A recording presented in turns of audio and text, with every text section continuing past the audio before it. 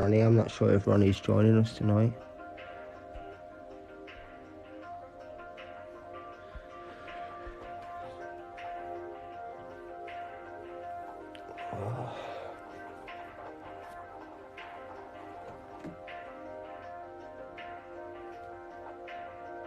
No, Rogers? Oh, Kev. I suppose Kev's doing bedtime.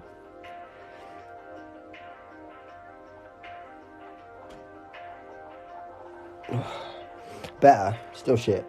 Hopefully I sound alright. Or at least listenable.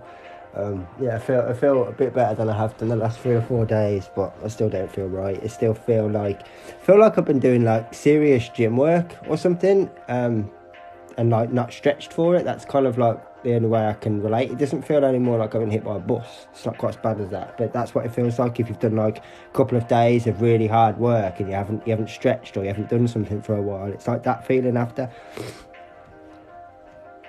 But definitely better than it was. Yeah.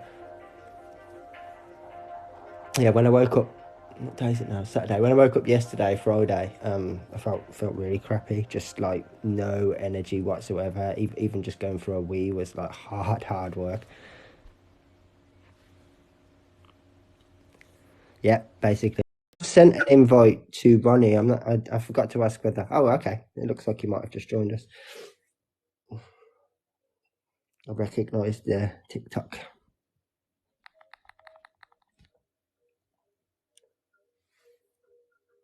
Hello, hello.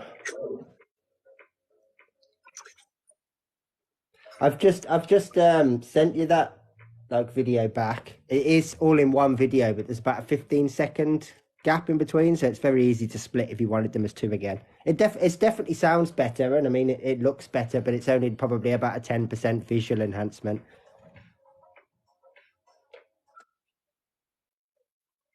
Yeah, stuff. It doesn't now that I know what I'm doing. Stuff that doesn't take me long at all. Actually, now, especially if there's not lots of different voices to isolate.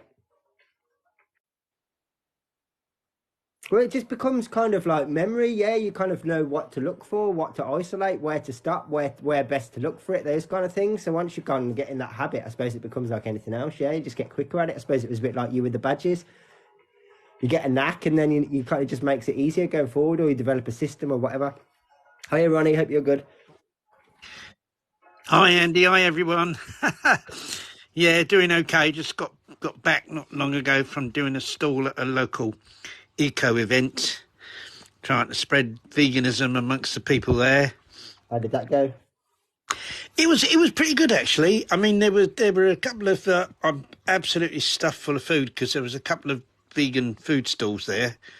One selling one selling kind of wraps and the other one selling donuts. Oh, okay, right. You That was had dinner and pudding. yeah, I had dinner and afters. Yeah, yeah. So uh, I think they deliberately put our stall right next to the food stall so that I would be tempted by the grub. But no, it was a good event. There's a lot of interest. I mean, there was quite a lot of people there that were vegan already, so that was good. So yeah, it was a positive day, and being an outside event, obviously you rely on the weather, and the weather was good, so Yeah, the weather that has was an been good added today, hasn't it? bonus. So that's lucky. Yeah, yeah, it's something I'd encourage. It's something that vegans in all local areas could do. Is like try and get in with the local sort of environmental community, and it opens up opportunities to promote veganism at their events. Yeah. Yeah. Actually, whilst we're on this subject, and it's still quite quiet Hi, from here, isn't Roger. it? So the last little bit that I want to do of the film, because I'm kind of doing like an addendum stroke director's cut, by the way, because there was a few bits that I wasn't happy with, especially the audio. But I wanted to touch on, it'd be great if we could sort of film something new or whatever, where you could potentially, you know how you'll get, say, someone will say, well, I'm too young, or I live with my parents, I'm too old, or this is my job, I can't get involved for this reason. If we could take all of those things into consideration and work out something that everybody could do and end the film with that. So it's the encouragement of this is how what we can do to sort of stop this. But even if you feel that you're too young, too old, your job's too important, whatever it is that usually would rule you out, give them a reason to still be involved somehow. Because these are a lot of the people that potentially could be doing something that aren't because they feel like they can't. And a lot of these people are just giving their money to a big organization to appease that guilt of not doing anything. So we wanted to pick your brains about it. Pick my brains? Well, if I can find my brains, yeah. um, yeah, there's something.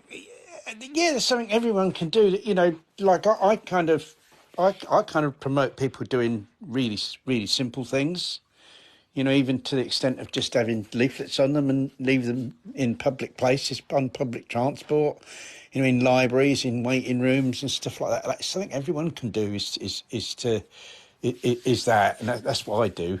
I always have leaflets with me, or I try to always have them with me, to kind of leave. Roger accuses me of being a litterer because of that.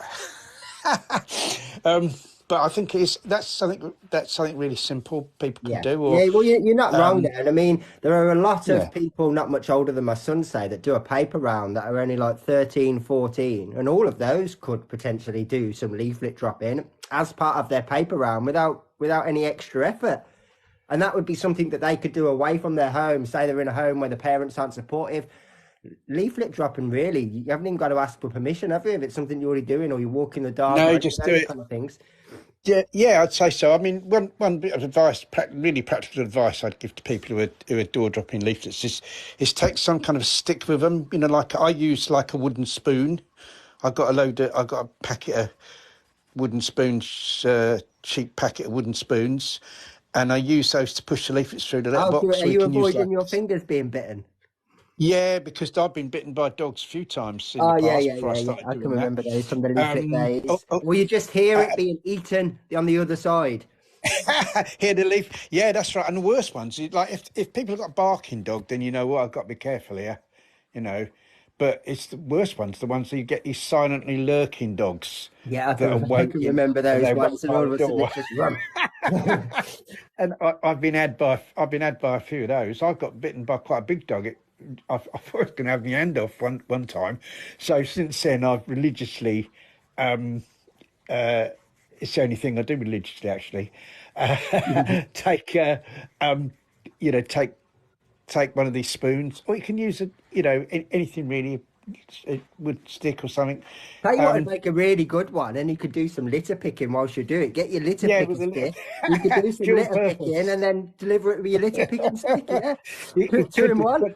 but the other day I had a dog. A dog took the spoon off me. I was Oh, pushing oh, the wow. leaflet through, and the dog had the spoon. So Can you luckily imagine if I you had it. came home from work or something? Your dog just sat there on a sofa with a wooden spoon in the mouth. You'd be Well, like, what I where on was thinking earth of did you get doing, that from? I was thinking of making a very, very realistic sort of paper mache finger with all like a blood thing on the end and all that. And like, if there's a dog like that, I'd put that through the put that through the person's letterbox. But the only thing I just worry they might not realise and take it out on the dog. That's a bit Yeah, more that's a cunning. good point, See the actually. finger. um, so that is a really useful tip because a number of people I know that have been. I know a local poster who had one of his fingers bitten off by a dog. He's only got well, three fingers and a thumb on one hand because the dog Oh, bit his. wow. So you got to be. It's something people often wouldn't think about, and also Yeah. some of these letterboxes as well. They're so the springs on them are so kind of fierce that you can even get injured by the letterbox. Yeah. Whereas if you just push it through with a stick, then you avoid that as well. So, but yeah, it's a hard life. Yeah, it's quite. Yeah, I've got some Yeah, anti-clot that'd be gloves. handy. They only The only stop the penetration, though. yeah, They don't stop the actual force of it. You still get the no, bruising and the pain. yeah, that's why I'm thinking it might be difficult to hold the leaf because there's two ways of doing it when you're doing it with a stick. You either wrap the leaflet round the stick and push it through, or you kind of put the leaflet up against the letterbox and then I'm trying push to it think of through. something that would make your life easier. What about a pair of small salad tongs? Yeah, I suppose that. Yeah, I suppose that. But then again, you've still got to kind of put the leaf in the tongs, Yeah, I and it's suppose you've still got to hold the flap open then, haven't you? Yeah. still a bit fiddly. And what method I use out of those I just described depends on the type of leaflet it is. You know, if you've got, like, I was delivering some for a local, we've got a local, like, Green Living Fair coming up where there's going to be some stalls, you Oh, know, apparently nobody that can hear Roger. You can hear Roger okay, Ronnie, right? I can hear him fine. when he spoke, I heard him. Yeah, just Yeah. now. And the leaflets for that, we've got a stall at that event, and there's someone else selling vegan food at that event and stuff like that. So we're promoting it. And the leaflets for that are like really thick. They're printed on this almost like postcard material. So with that, you can't really. It's difficult to wrap them around the stick. So I just put them up against letterbox and then just push them through on that one. That's what I've been doing on that one. But it is something everyone could do, and it's like, especially in some countries you can't do it, like in the USA you're not allowed to do it because the mailboxes belong to the mail company or something. Oh, really? I didn't know Well, that. you need a pretty long stick, wouldn't you, to open up the letterboxes in the USA, Yeah, Ronnie? some of the Well, drives as well. a lot of them have these ones with the little flag on, don't they? Because some people over here that are trying to be trendy, they have the American mailboxes. I notice, you know, like the ones that have, like, it's often a big house with a long garden. Down the bottom by the gate, they've got like an American style mailbox where you open the flap at the front, and then some of them have even got the flag that you put that in. I suppose the mail person in the USA puts the flag up when there's mail being put in the box and stuff like that. You know, some people over It here. must have been that my camera must have been getting in the way of the audio, which is a bit weird.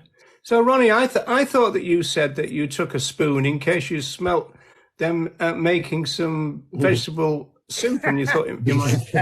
Yeah, that's it. Yeah, I can knock on the door and says, "Look, I've got my spoon here, ready to eat some of the soup." Yeah, oh, it's got a dual purpose. It would be useful for that as well if you got a bit hungry, and you could guarantee it was vegan. I suppose it would be quite useful. Um, but that's, yeah, and there's different things that people could do. You know, like get involved with if there is a local active vegan group in your area, get involved with them and try and help them out on stuff. You know. There's something for everyone in a way, to be honest. Well, And that's basically exactly what I want to encompass because I do see almost every single day people say, well, I can't do anything because of whatever restriction. That's usually, fair enough from their point of view, but it's not actually a restriction in terms of you can't do anything. It just means that you can't go out and get arrested, which I'm fine. That leaves a hell of a lot of opportunity for things you can. But a lot of these people are the ones that could be doing something. That for a lot of them as well are the ones that are giving their money to an organisation or something else who aren't doing anything with it. It's just kind of appeasing that guilt that they feel. yeah, and I think this is a problem across the board, and I think it can be a problem with people that constantly, watch videos by the kind of influencers, that they somehow think that by actually watching those videos, it's a type of activism. Yeah. People confuse being a spectator with being an activist. And it don't matter how many videos you watch, that's going to make no difference at all. And you got to get out there and do stuff yourself. And I think it's really important for people to realise that. Yeah, absolutely. I mean, in actual fact, a lot of these videos that you're potentially referring to, you'd be far better off as a vegan not watching them and just sharing them to non-vegan friends because the message is never really for you. And you giving whoever a like and a comment is only really boosting them on their personal algorithm. It's not even necessarily guaranteeing that they're being seen by more non-vegans because that's not how algorithms work. Two vegans connecting don't equal non-vegans. That's not how, it will bring you more of the same. So, yeah, you're actually better off not watching them, not necessarily giving them all the support you do, and just sharing that video if you think it's informative or interesting to non-vegans or putting it somewhere where they'll watch it. That's a much better spread of activism if that's how you want to do it than just pressing like on YouTube. Because a lot of these, videos they're talking about subjects that you haven't got to change about. The vast majority of the audience already are vegan for the most part. So yeah, it does seem a lot of kind of it's kind of circular logic. Like we do just go around in circles. People like a video by this activist. The activist makes a new video about veganism. The vegans like it, and it just goes round and round in circles. There's not new people joining this audience. Yeah, it's we have to get out of the vegan bubble with things and to actually think about that, because, and it's the same with people posting stuff on social media. Probably for a very large number of vegans, like almost all their friends and followers on social media are vegans too. So if they post something on there, it's just seen by other vegans. And especially, I mean, some of these vegan groups, like vegan groups on Facebook, you get people posting the most horrific graphic images of stuff to be seen by other people who are vegan. And you think, well, what are you doing that for? All you're doing is traumatizing other vegans. Absolutely, yeah. I what is that? What is that all about?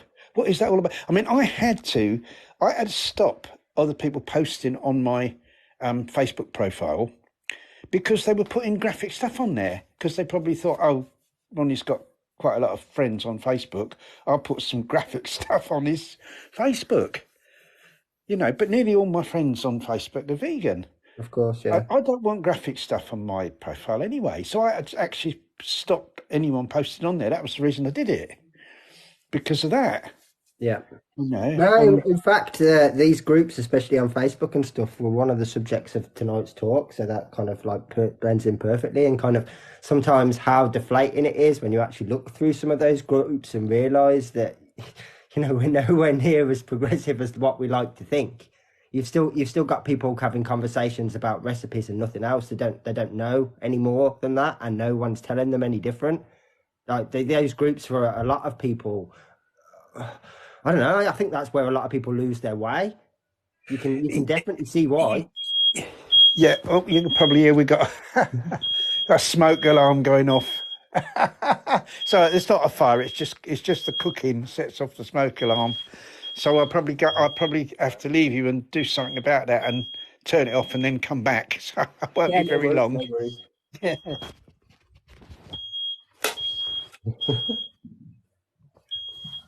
Thought you were full up with your pasties and donuts anyway. But yeah, I mean, I don't know how many of those groups do you frequent these days, Roger? Or do you stay away from them unless you've got a post? Yeah, I usually just wait until I got something to contribute, and then I'll have a little look. I tend not to get involved with too many long discussions, even on my own wall, really. I kind of leave people to do it. I mean, half the time it's because I don't have time. You could spend all day on Facebook if you wanted to. Yeah, I'll just mute him for a second, just in case. Yeah, good idea. I also don't get. I've never really got involved with any kind of long conversations on Twitter either. In fact, I'm still yet to really work out how Twitter works. Yeah, I'm fully. Very reluctant on Twitter, to be honest. I've posted a couple of replies to people, and then I sort of lose where they are, and it's a bit more complicated than TikTok, in fairness. So yeah, I'm a bit reluctant. But I suppose it's just time, isn't it? I've never put any time into Twitter at all. I used to auto share some of my. No, that's all it is. I mean, the advantage. Talk about a vegan bubble. If one advantage of Twitter is that that's where all the journalists are. Yeah. And all the the media outlets and all the commentators and all that kind of stuff, and so you definitely get a different audience on Twitter. Yeah. Well, I've also seen because obviously Benny does. Let me unmute him just in case he's trying to speak. But I've noticed, especially on say like Benny's, he's always corresponding with various people, and obviously like you wouldn't find those on TikTok or Facebook. So it does seem like sometimes you can have conversations with people that get some attention from others, even if the actual person you're responding to isn't interested. Yeah, and stuff are followed by millions, aren't they? For the most part, they really are, and they interact with these people and all this sort of stuff. So yeah, it does seem to be a good way of getting some attention spread. Yeah, that's true. I mean, obviously, some of the vegan celebs are on there. Ricky Gervais and etc.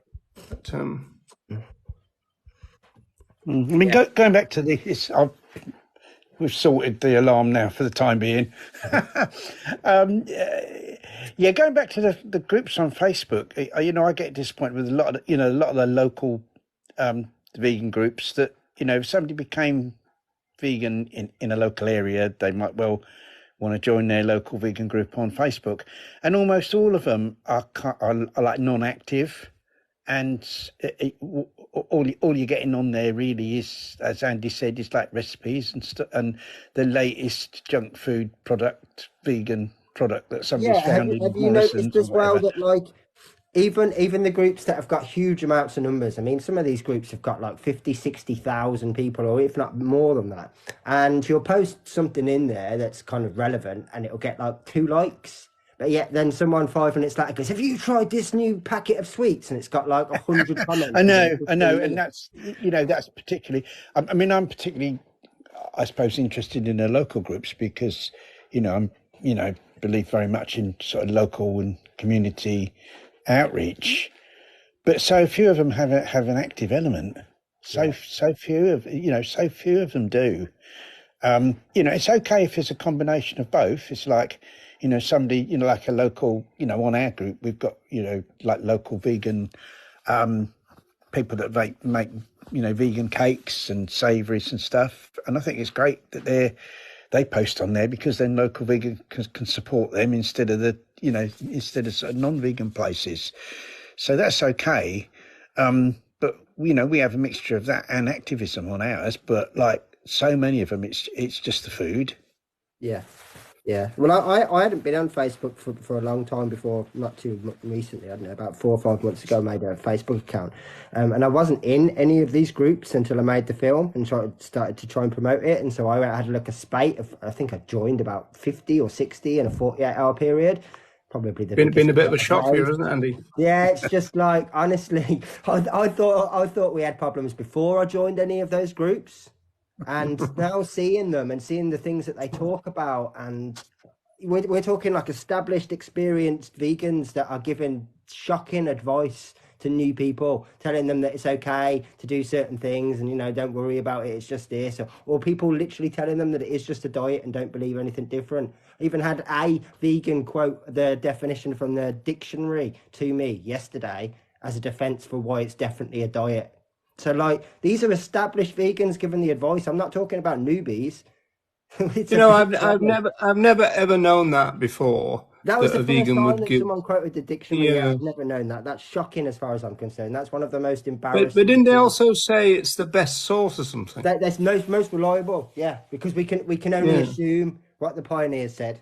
Only assume. I mean, there's obviously writings, but they don't mean anything compared to the dictionary, of course. Yeah, it's kind of, they've all been And faked can you remember like what Hitler what the dials. definition was, Andy? The Merriam-Webster one. People who Yeah. abstain from eating animal products, I think it was. I've got it. In fact, I might be able to put it as a picture. I'm sure I saved the screenshot. That's a bit shocking, isn't it? Where is it? Yeah, Colleen saying, "Oh no," and vegan means love. That's ridiculous. Seriously, it certainly is. Yeah, absolutely. It's the only time I've ever heard. I've known non-vegans use it before. In fact, I'll just Google it on my phone, on my laptop, so it's easier than risking leaving the live, and I'll read it out in full. But yeah, I'm sure it was just abstaining from eating any products made from animals. I'm sure it was just. Yeah, I think they're just a one-liner, aren't they? These Yeah, dictionary yeah. things. But yes, so yeah, it's been very, very disillusioning joining some of these groups. I mean, obviously, I knew that there was problems. That's why I made the film. I just didn't realize how deep some of those problems were. Yeah, it's really bad. I mean, in our county, Worcestershire, we've got, I don't know how many towns we've got. Probably about kind of one small city and 7 or 8, town, so to speak. And well, if you divide it up into like more like into the different parliamentary constituencies, we've got 6, I think, and in only 2 of those are there active vegan groups, and in the rest of them there's nothing. Yeah. There's nothing active at all, and most of these places they've got like a vegan group on Facebook, but there's no activism, and that is really, I mean, that is a situation that like we radically need to change if we're ever going to get anywhere in terms of like spreading the vegan message. Because there's loads of vegans in these places now. It's just that they don't do anything. They don't do it. And it really, what it really needs is someone in each of those areas to actually stimulate the activism. Because if there was someone there who was like an instigator, then it's really quite likely that, you know, at least one or two of the other vegans in those areas would actually join them in activism. It's just that person. It's like I've got this term like golden vegans that I apply to the people that are the instigators, you know, the people that try to get outreach going in their local areas, and we haven't got enough of those people. We haven't got enough of those people, and that's the key. To be honest, that's the key to whether we really get outreach going everywhere or not. It's like these people that are prepared to get things going in their local area. Yeah, I mean, in terms of the numbers, these groups, like I said, they're absolutely filled full of people, but they only seem to interact with very select things. In fact, I mean, a lot of them just seem to be there to make the numbers up. And you look at some of these pages and groups that have got 50,000 people, their interactions only a couple of thousand of those. I thought that was mine for a second then. Who are you burning this time? But yeah, there seems to be huge amounts of numbers in some of these groups, but no interaction whatsoever. And even the interaction that does exist around food is still minimal compared to how many thousands of people are supposedly in the group. But I think a lot of them must just join these groups and not even realise that they've joined them too, or just get invited by someone. Because you can't have that many people in groups and nobody participate in anything. It just seems really strange. Like, why would you join the group if you've got no interest? But that just seems to be a modern day thing. You might have a lot of people that are kind of like scrollers, if you will. So they'll see the images and they'll maybe read the posts, but they'll not have any interaction. But most of these groups now, like I know from the last week, you have to answer questions and like how long have you been vegan or name a product or whatever. So you've gone through that effort, and then you still don't interact. Yeah, it seems strange. But then again, I suppose we also can't rule out that probably they'd have scrolled through and thought, I can't fix this. You know, it's almost to the point where this is so broken, I'm better off just saying nothing. Because that's how I feel about most of these groups. The times where I have tried to say anything, it's been like 50 on 1. yeah, you become the bad guy and you get the absolutely. I corrected someone in one of these groups for a comment they'd made. I can't remember what it was now. I've tried to correct that many people over the last week. But I got told to calm down because we're both on the same side. It's like, yeah, but only one of us here really understands what that side really, really is. It was like they were making a welfare argument basically, and I was talking about rights, and they were like, "That's all good and well, but it's more about the treatment." But it's not though. They're like, "Well, you know, we're both on the same side." It's like, well, yeah, but what you're advocating for will end up with bigger cages with a sofa, and when I'm advocating forward, empty farms. Yeah. So. I noticed, Andy, that on one of your new TikToks, somebody said that rights don't exist.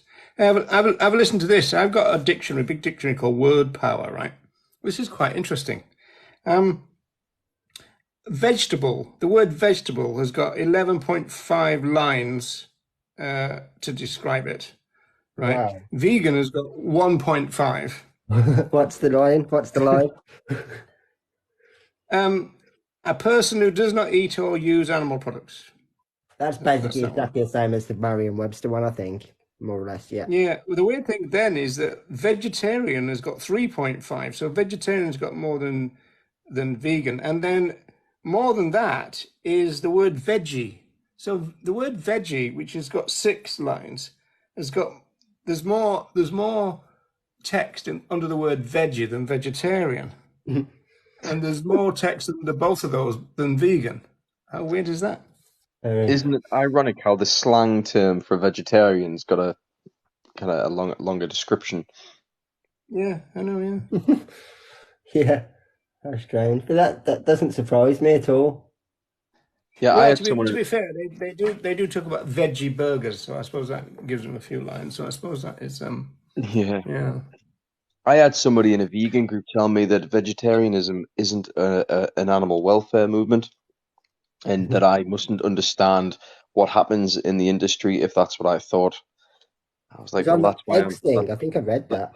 yeah, that's why I'm vegan and not vegetarian, because I I believe in advocating for the rights of all free living beings. We got a question from Darren Dinsey.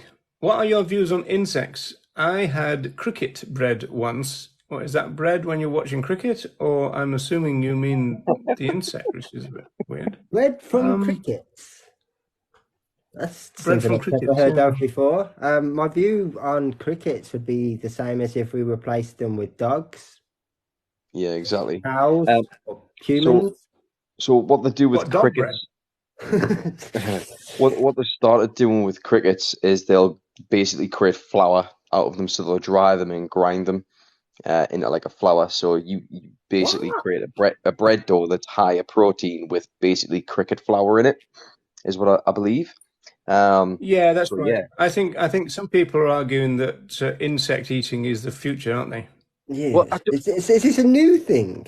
no, it's been going on for years. I don't even. Never It heard of it. came off the back of like some American news article, didn't it? And it's only really been published Do once you or never twice, think but it just keeps about getting who regurgitated. discovered this the first time? That someone thought crickets could make flour. Like, who comes up with these things? But how do they get to that point? It just shows the desperation of the human mind to continue It's to because do it didn't something. work when they were using footballs, that's what it was.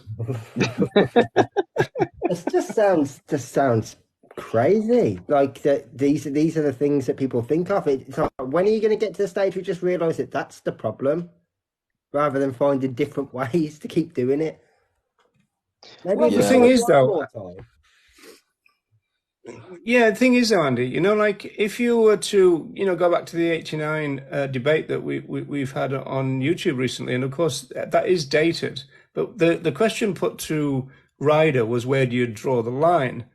And he basically probably drew it a little bit above insects.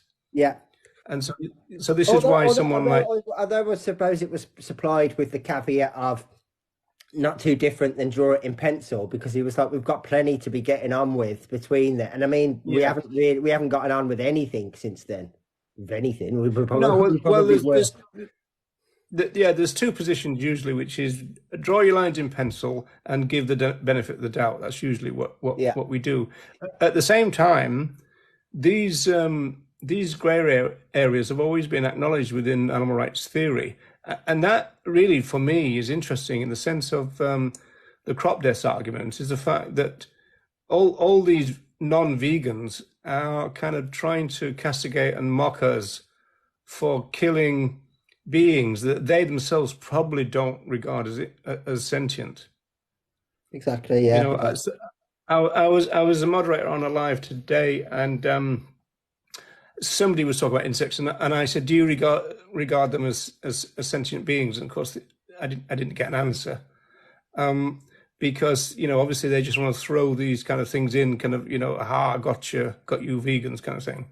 But if you actually asked most people, they probably would deny that insects are sentient, in the sense that a lot of them deny that the so-called higher animals are, mammals and birds, etc. Right? Yeah. And so I always find it fascinating that they built this kind of attack on veganism on a premise that they probably don't agree with themselves. I think it's really fascinating. Yeah, it is when you think about it like that. But then again, I suppose that's probably the same with a lot of the things. I mean, it would be no different. There are a lot of, I think of how many people say use like free range or grass fed as like some sort of excuse. But if you took them around, they still wouldn't agree with it for the most part. It's just anything to get them away from acknowledgement. A lot of people don't agree with most of the things that they say. They're just saying them because it means they don't have to change then. I think a lot of these people, if you put them on the spot or you actually force them to uphold that belief, they wouldn't be able to. No, Vegan Graham, ever see ant and termite soldiers holding lines and allowing passing if worker and not a soldier from another army, I suppose? I do know that somebody analyzed a termite kind of, one of these big mounds that they do, these kind of huge kind of, it's virtually like a massive city, Yeah. and the architecture is really impressive, and so maybe on that level we could see them as sentient. I don't know. I mean, obviously people would just dismiss it as instinct, wouldn't they? Well, I mean, the fact that they can identify between fellow colony and rival colony, so to speak. I mean, what is that if that's not awareness of more than just, kind of memory?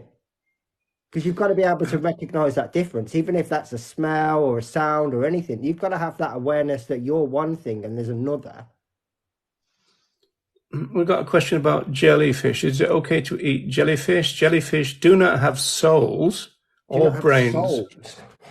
Yeah, so they are vegan friendly.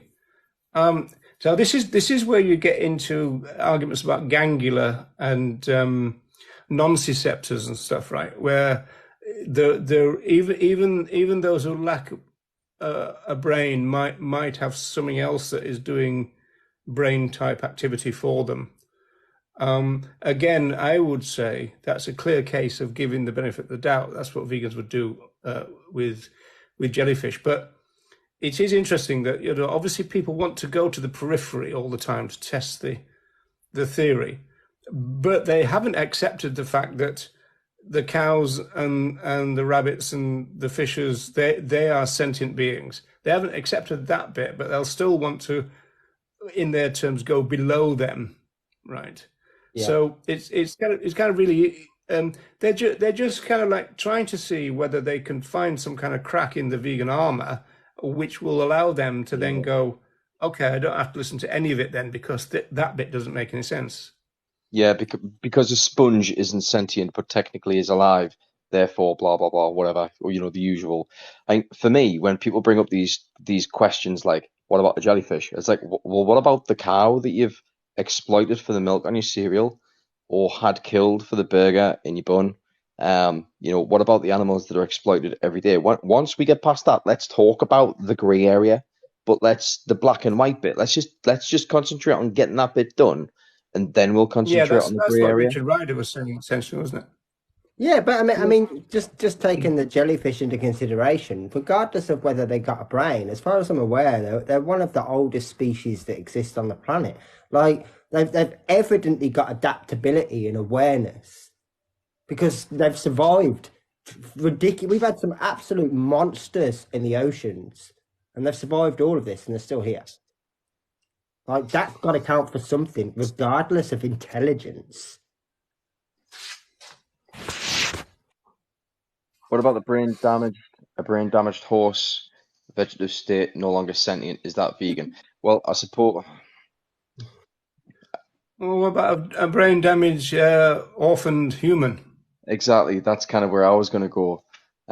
What do we do with someone that is human, a human animal, who requires the same level of consideration as what this horse does? Someone who is being kept alive by machines, or someone who doesn't have the capacity of a cow, say, for example. There are people out there like this. We give them protection, don't we? We don't attack them and exploit them. We give them protection. So I suppose you would, in a non-speciesist world, you would do the same for all free living beings. Well, yeah, I mean, to take that point, usually if people are going to try and make the argument that the lesser intelligent or the less senses or whatever, the more vulnerable you make them, potentially the more morally responsible we should be to protect them, not the opposite. It's actually weakening your case if you look at it from a moral level. The more that you try and make out that they're kind of weaker or inferior is more of a reason to not exploit them. It's not a case.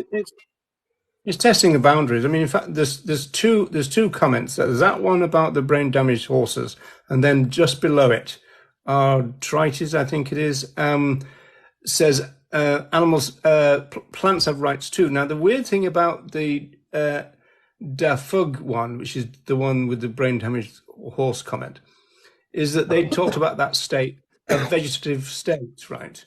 So in our language, we suggest that because of what's happened to them, they're equivalent in terms of being aware to a vegetable, right? And so that actual word is based on the fact that vegetables are not sentient and they don't feel anything and they're not aware of anything.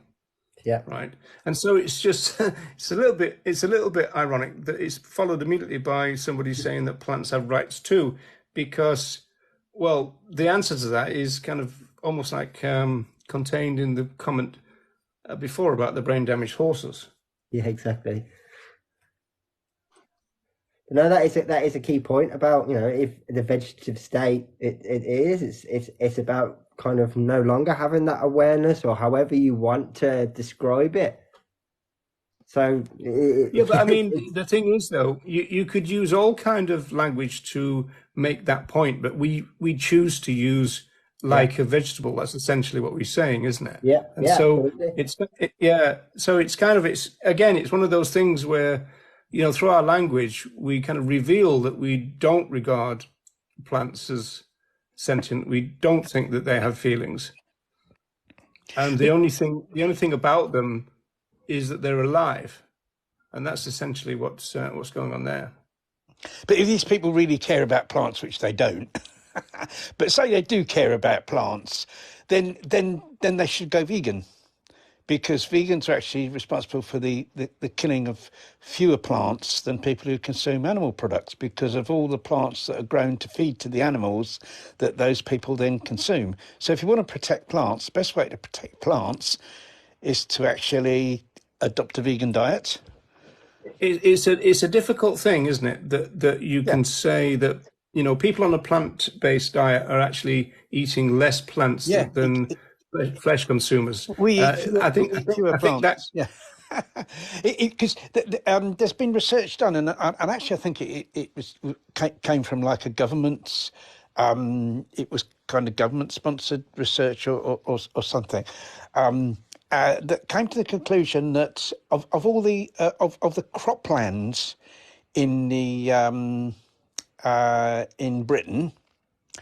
If everyone consumed a vegan diet, we would only need 2/3 of the land that we currently grow crops on to feed people on a vegan diet, because obviously a hell of a lot of that cropland is used to grow crops to feed to animals, to other animals that then in turn people consume. And in addition to that, the vast majority of agricultural land actually in this country is used for grazing, animals.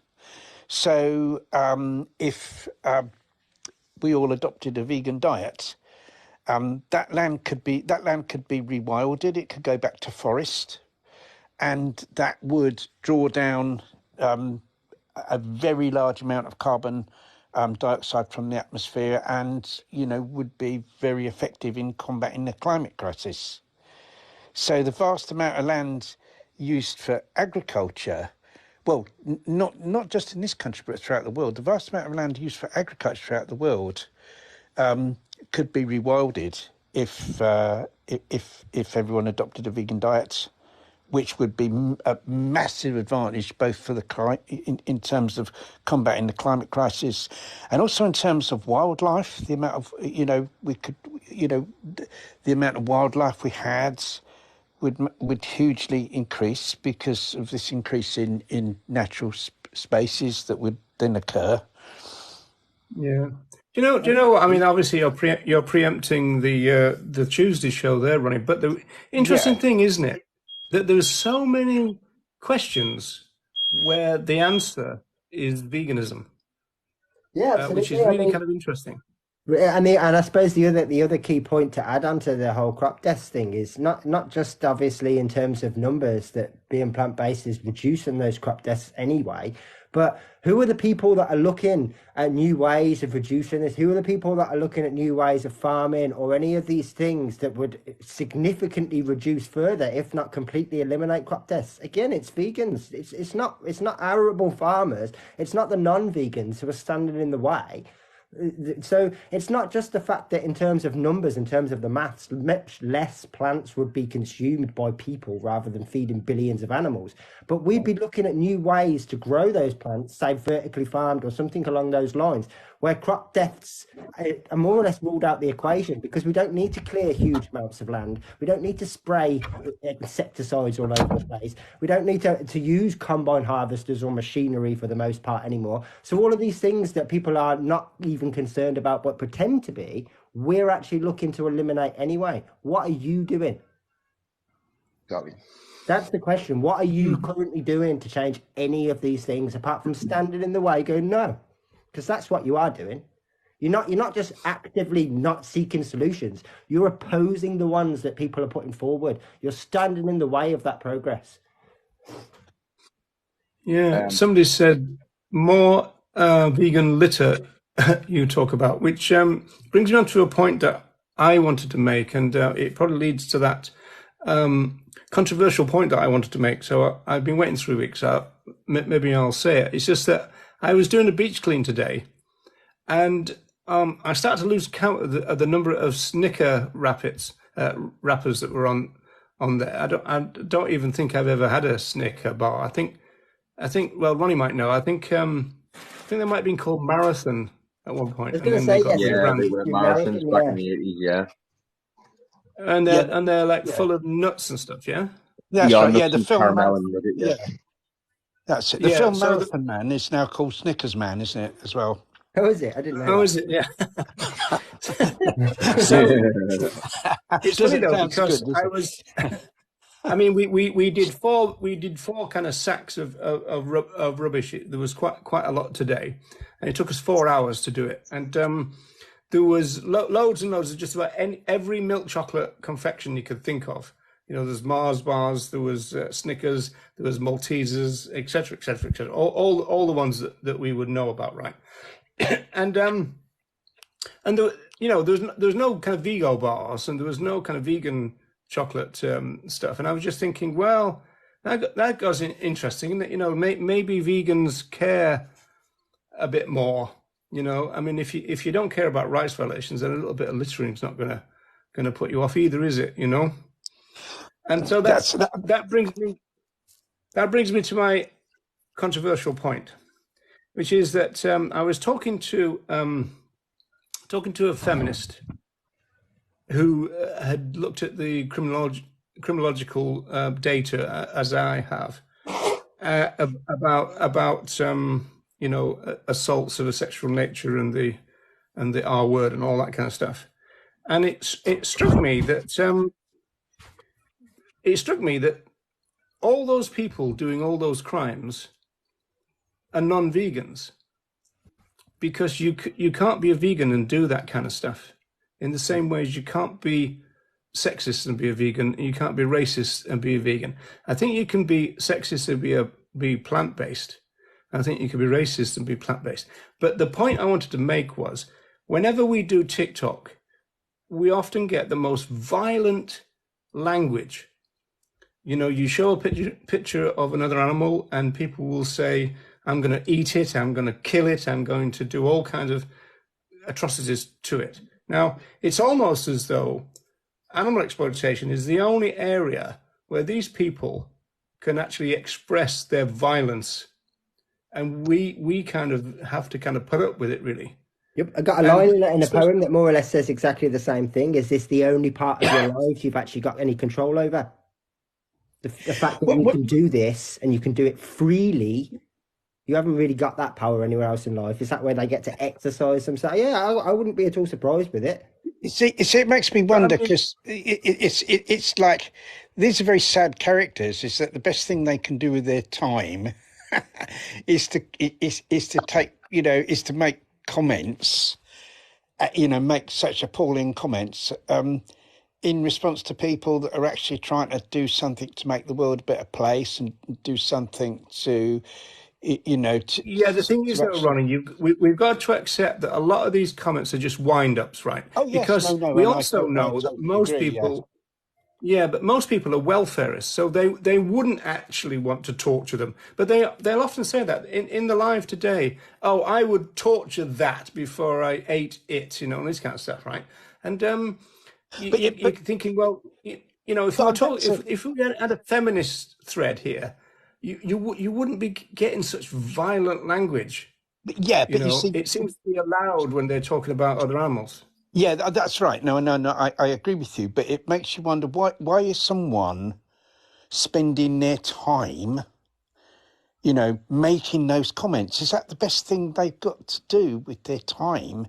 We're on here spending our time in this discussion, but what we're trying to do is to promote a kinder and more ethical way of living to make the world a better place for all the world's inhabitants, both human and non-human, aren't we? That's why we're doing this. We're doing this to spread a good message. You see, but these other people on there making comments.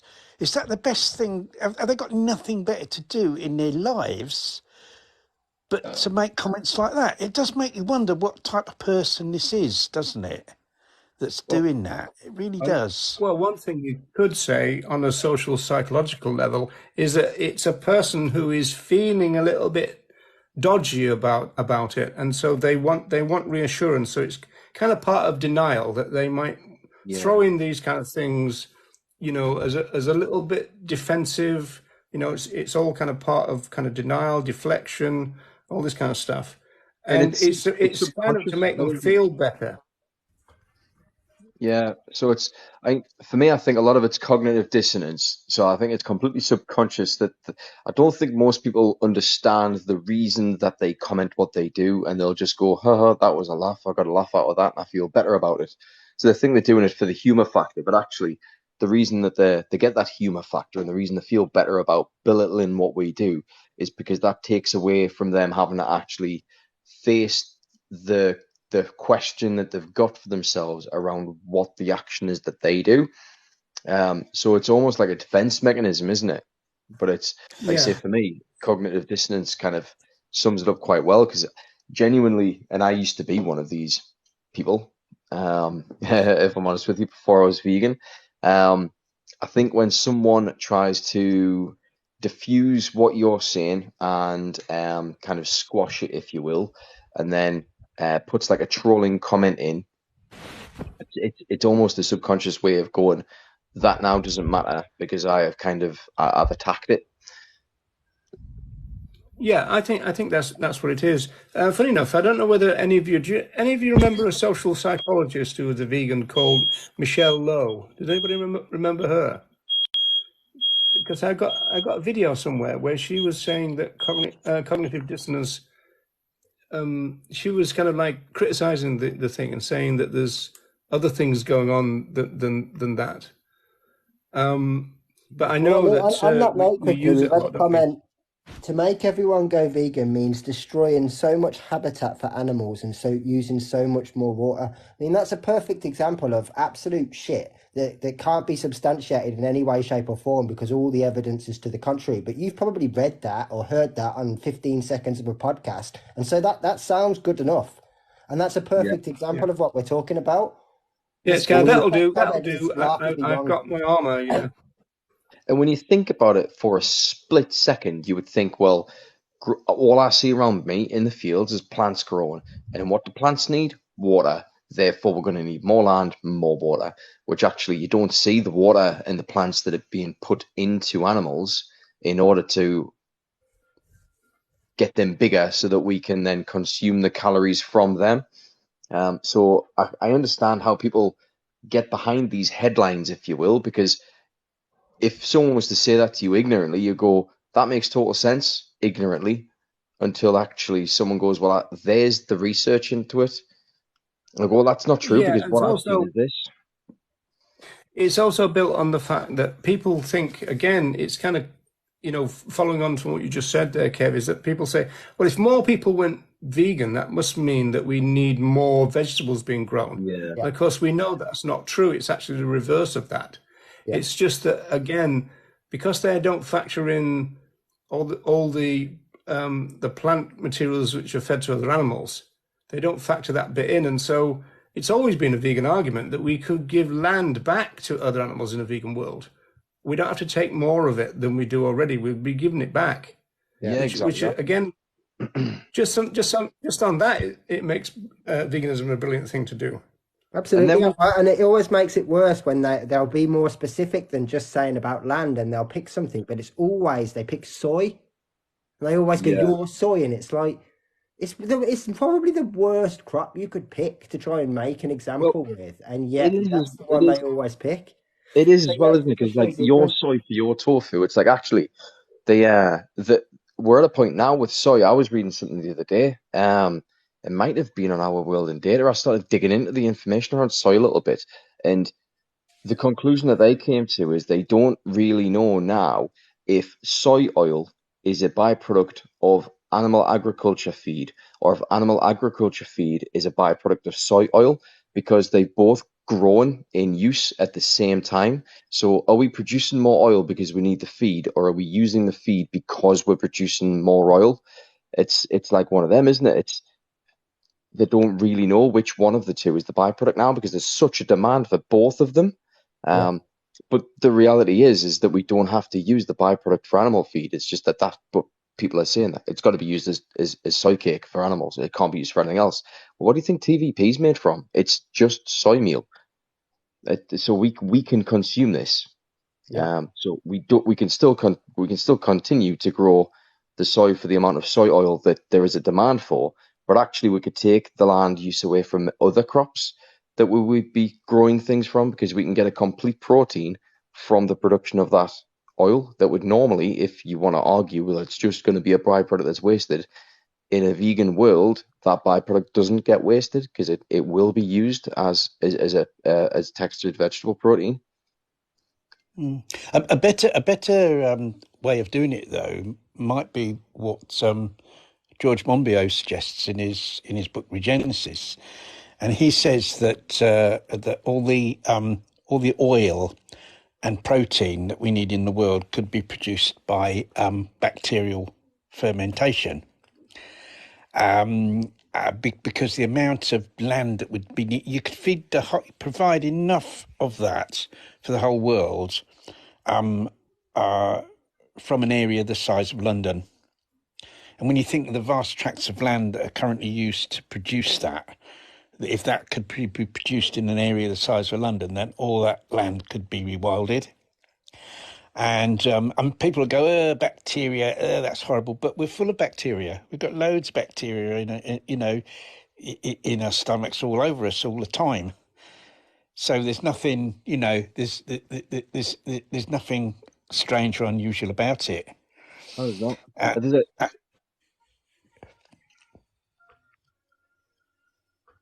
Yeah, I mean, this is something we've discussed when we talk about vertical farming stuff in the past. It's like we have, when we think about arable farming, obviously this is why people have these huge stretches of land and all this in mind.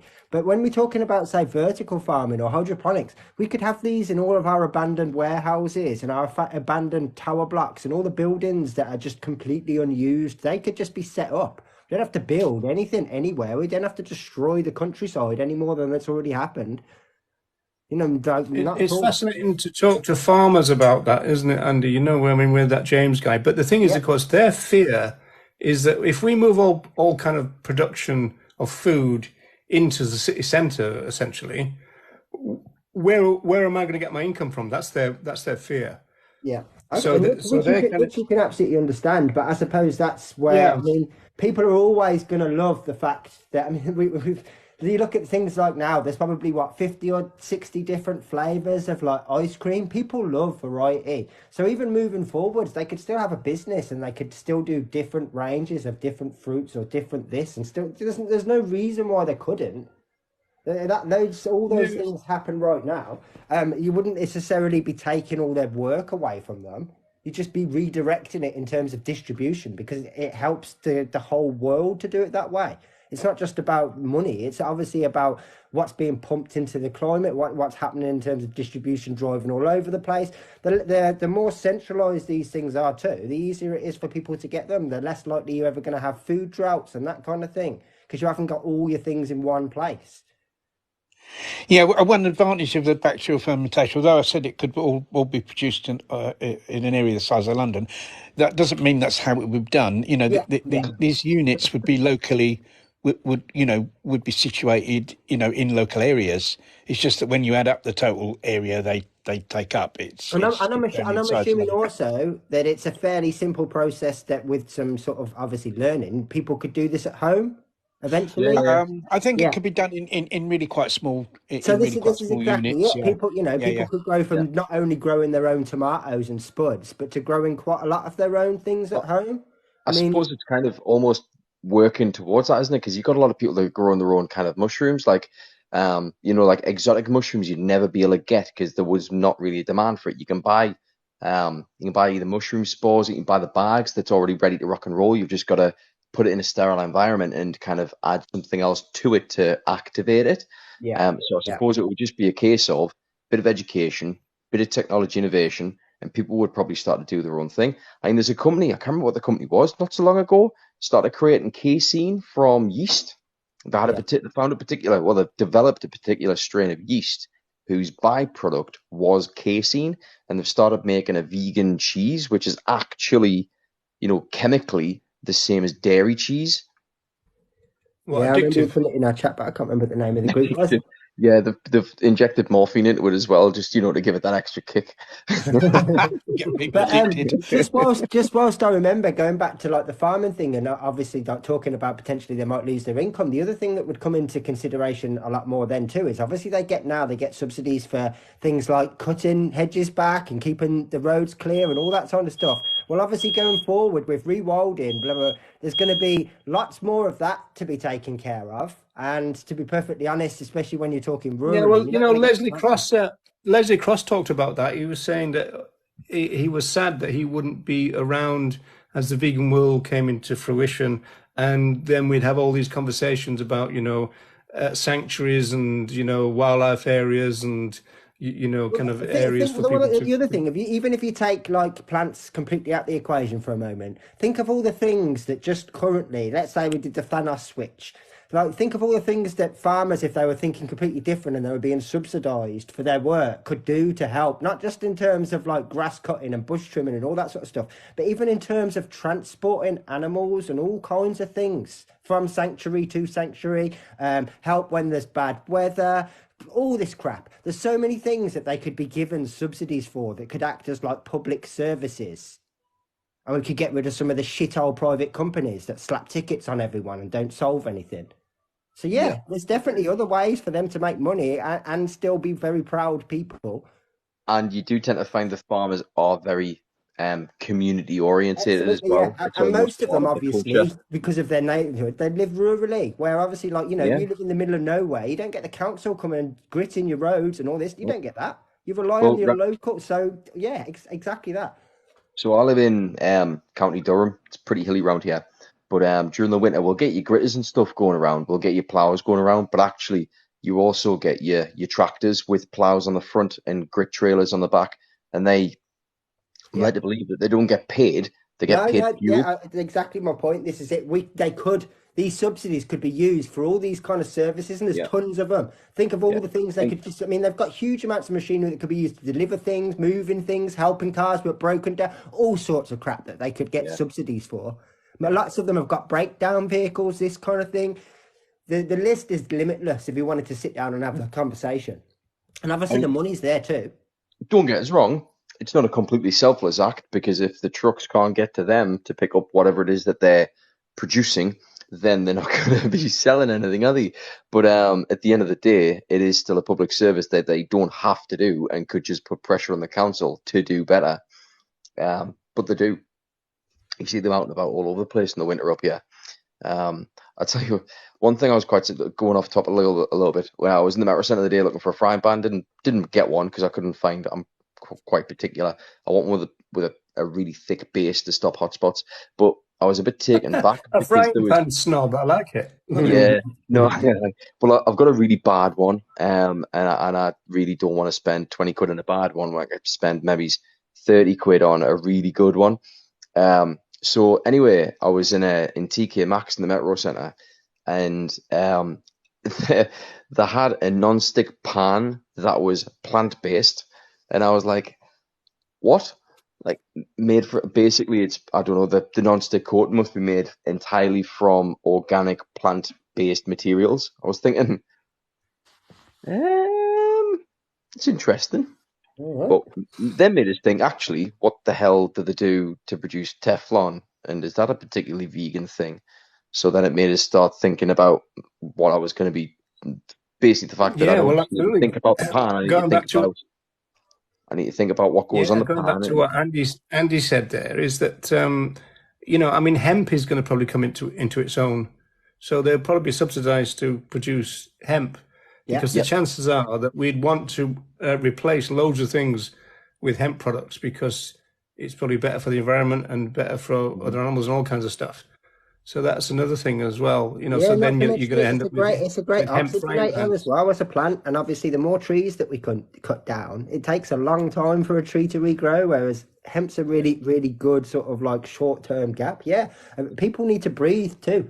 There isn't enough emphasis on some of this stuff. It's not just a case of like, well, yeah, we haven't got a lot of time. It's like we haven't got a lot of time. It couldn't be any more precedent than it is to start making changes.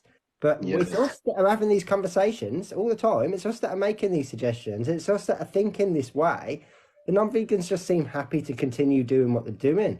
And that's the worrying thing. It's the people of goodwill, isn't it, really? Jenny Mackey has said, is potato milk a thing? I've got potato milk in my fridge right now, Jenny. Do not put it in tea or coffee. I mean, I don't drink hot drinks, but apparently it's foul. But I've used it for cooking quite a few times, and I had it in porridge 3 days this week, and it tastes fine.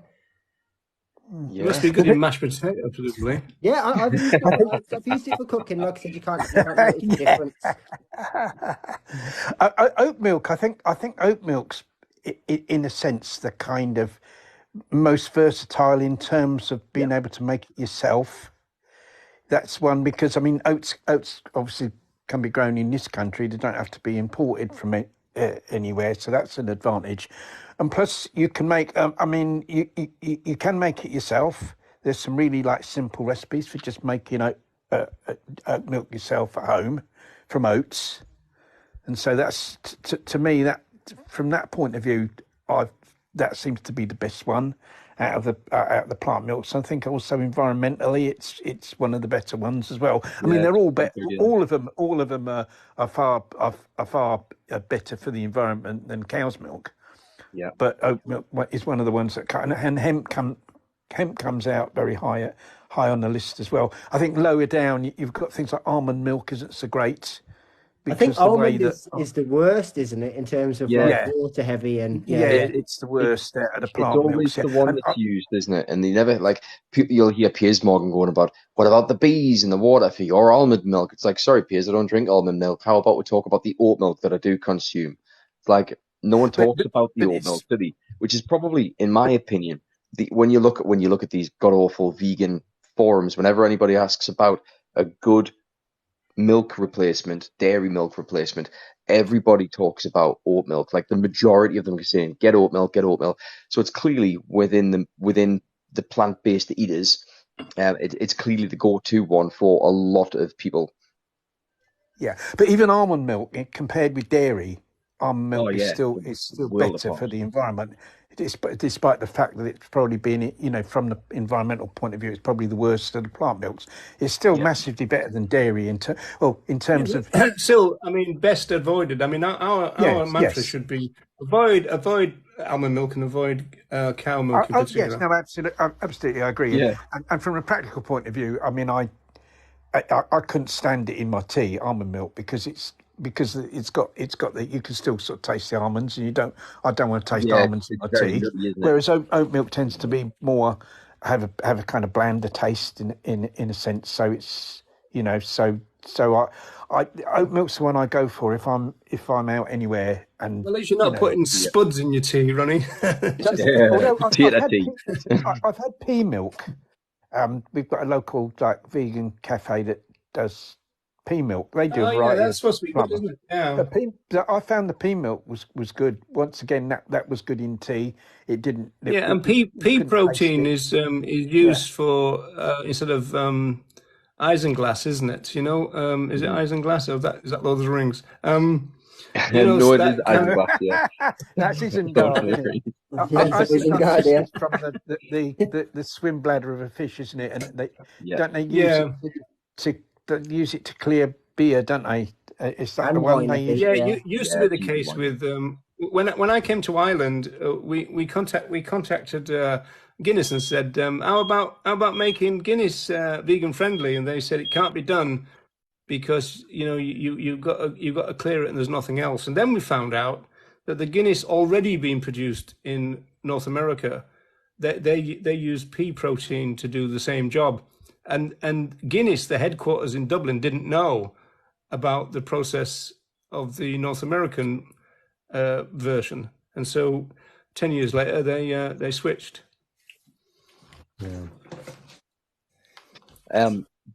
I was just going to say, when we're talking about milk, for me, I think one of the reasons why oat milk is such a popular dairy replacement is, and the first time I drank oat milk straight in a glass, it just brought me back to being a kid, drinking the dairy milk out of me bowl of cereal once I'd finished the actual cereal.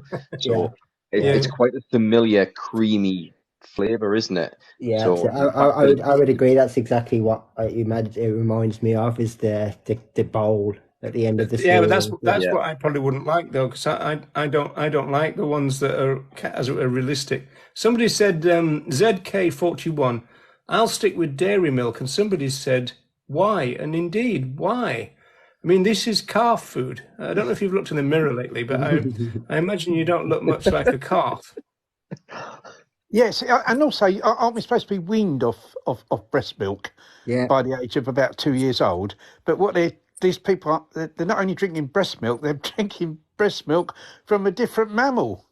It's not their not their mother. Yeah, but if you make something with our breast milk, they pull their noses, because they did that experiment, didn't they, when they made human ice cream with human breast milk? Yeah, and everybody thought it was disgusting. Yeah. I did it with my youngest when he was little. I quite often would sample his bottle in front of my family, and they'd all be disgusted, and I'd use it to make the point, and it didn't make any difference. They'd just be disgusted. Yeah, when Tammy was breastfeeding our kids, my brother was quaffing and joking about trying the breast milk out, and we were like, well, why not? You already breastfeed, so give it a whirl. Obviously not direct from teacher, clearly, but I had breast milk. I had breast milk in my tea once in 1977. 1987. That's when I was born. But do you know what it is, though? In reality, if we were going to continue having some form of mammal dairy, then at least you could gain consent and actually do it in a non-exploitative manner. Yeah, and from a biological point of view, at least it's the milk that you were designed to consume. Yeah, and there's benefits of drinking. Too. Yeah, I mean, there's benefits being shown of consuming breast milk up to the age of 7, in the human animal, obviously, as long as it's human breast milk, hopefully from their own mother or a surrogate if they don't if they're unable to, but or a milk bank. You can get it from a milk bank as well. Yeah, of course. But it's quite the contrary, isn't it? With dairy now. Obviously, there's a lot of known risks with consuming kind of other mammal dairy, cow dairy. The other thing is that I think almost 70% of the people in the world are lactose intolerant. Yeah. Mm-hmm. You see, this is people go on about, dairy is important food for humans, and most humans it makes them ill. It's only because we've had a dairy industry in this country for hundreds of years. What happened in the early days, once we started drinking dairy, was that all the lactose, a large majority of the lactose intolerant people over here have already died from lactose intolerance, because, of course, when dairy started being used in this country, the people that are lactose intolerant, they probably died, and nobody knew what they died of. So what's happened is the population here has been genetically but there's something else, Ronnie, as well. Yeah. Is that this is a pet theory of mine, because you can guarantee that most doctors wouldn't be able to diagnose lactose intolerance, and so that just means that there's a large percentage of people who are kind of having upset stomachs and bloating and all that. And it's from the calf food, but they don't know, because they don't really know that they're lactose intolerant. And, I think that's kind of part of it, in the sense that doctors don't know how to, diagnose it. It's very difficult to do, unless you get somebody. Sorry, Ronnie. No, I said I think that's true. I think it's probably there's greater awareness now than there used to be of it. It's the same with gluten intolerance, isn't it? There's great awareness now than at one time. Yeah. People would just die from it or spend their life like being ill, and there is more awareness. But yes, I think a lot of illness in people is connected with their consumption of dairy, and it's just not diagnosed. But there's point. I think you're right. There's another point I wanted to go back to. Basically, it means if you eat a Mars bar, you're racist. Yeah. But talking about Mars bars and Snickers and all that, it's talking about earlier about the litter pick that you did. Yes, I think like most vegans would be more responsible and would put their wrapper or their vegan confectionery in the bin rather than throwing it around so it ends up on the beach and in the sea. But a very, very large amount of litter does end up in the sea, because it finds itself it finds its way to rivers, and then that goes into the sea. But in fact, there was a survey done, just a few years ago that came to the conclusion that almost 50% of the plastic pollution in the sea came from the fishing industry, because it was discarded nets and tackles and all that. Yeah. So really, the best thing that people can do if they want to avoid the sea being polluted by plastic is to stop eating fish. Yeah. Do you know what shocked me most when I first learnt about it? I think was this idea of ghost nets. You heard of these ghost nets, right? Yeah, that's right. Yeah, and so. Because they're miles long. These nets are kind of miles long, right? Like a net going through the sea, right? And sometimes because there's so much towage on it, as whatever the technical phrase is, sometimes parts of these things snap off. So you might get hundreds of meters of this stuff just floating around in the ocean, and of course fishes are still getting trapped. And because they're not being hauled onto a boat, eventually the net gets so heavy that it sinks to the bottom of the ocean. And then the fishes rot away, and the bloody thing comes back up again and starts all over again. Yeah. And it's not just fishes. It's other animals as well. You get seals caught in them, and dolphins and even seabirds as well.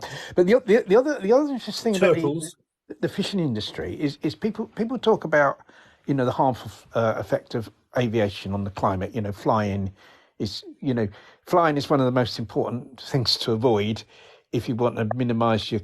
The two most important things that a person can do as an individual in terms of not contributing towards the climate crisis is number one, adopt a vegan diet, and number two, Don't burn your food 6 times in the And same don't have night. smoke alarms. Whatever you Don't have do, smoke Ronnie, alarms. I think it's done,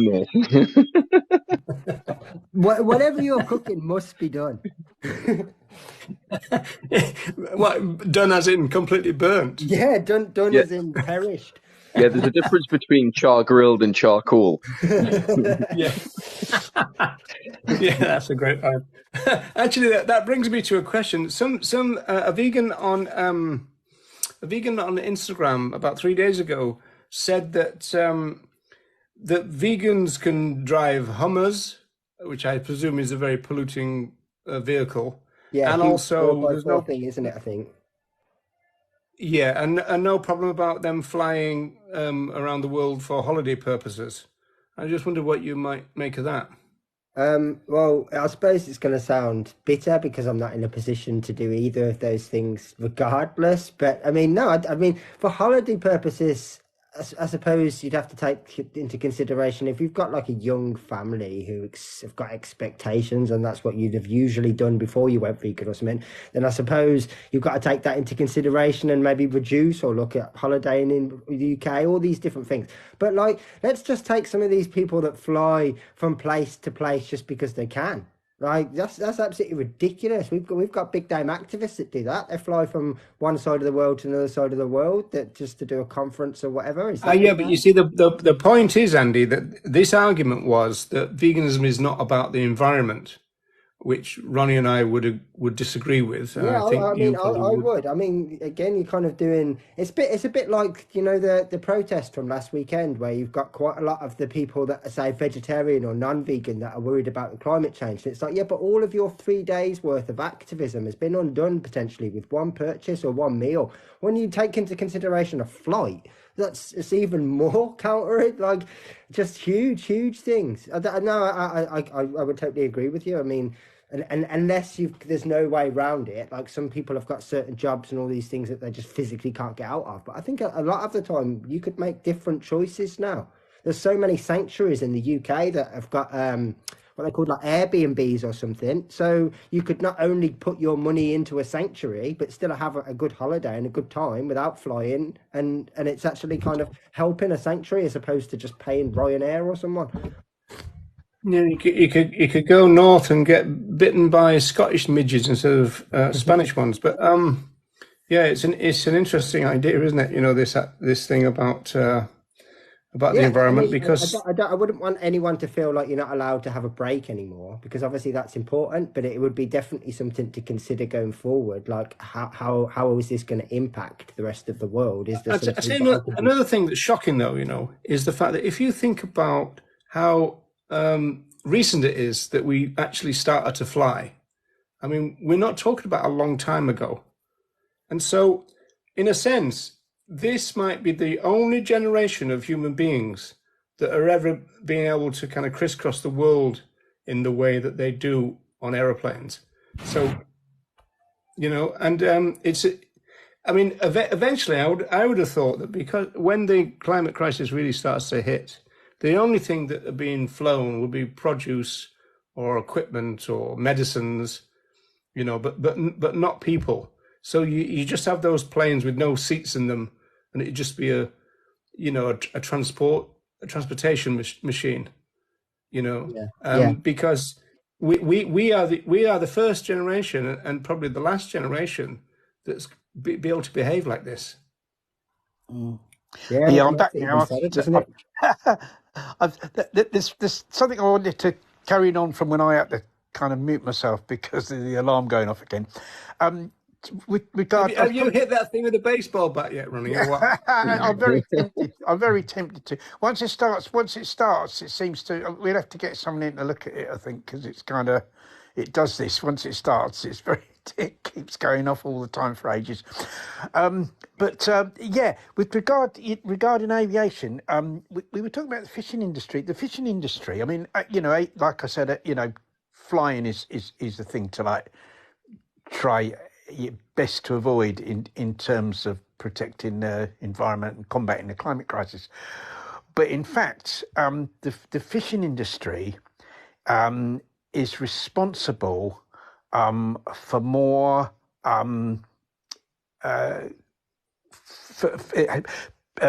it plays a bigger part in driving the climate crisis than the whole of aviation, the fishing industry. And the reason for that is it's not just to do with the emissions, it's to do with all the trawling, and that destroys vegetation in the sea, and that vegetation in the sea also draws down carbon dioxide from the atmosphere, or would do if it wasn't being destroyed by the fishing industry. So when you add up the net effects of that in terms of the climate, it's actually worse than aviation. So that's another reason not to eat fish. But that brings me on nicely to something I was going to ask. So obviously, if you were to sort of say that flying is not a great thing to do, would obviously you're not going fishing, but in terms of, say, taking a ferry or a cruise or anything that was kind of boat based, would that be seen as better or not? Well, in terms of, yeah, I think it's that would have a lesser adverse impact on the environment. It wouldn't be such a bad impact on the environment. But that's different. You see, the damage from the fishing industry comes from the nets going along the seabed and destroying the vegetation on the seabed.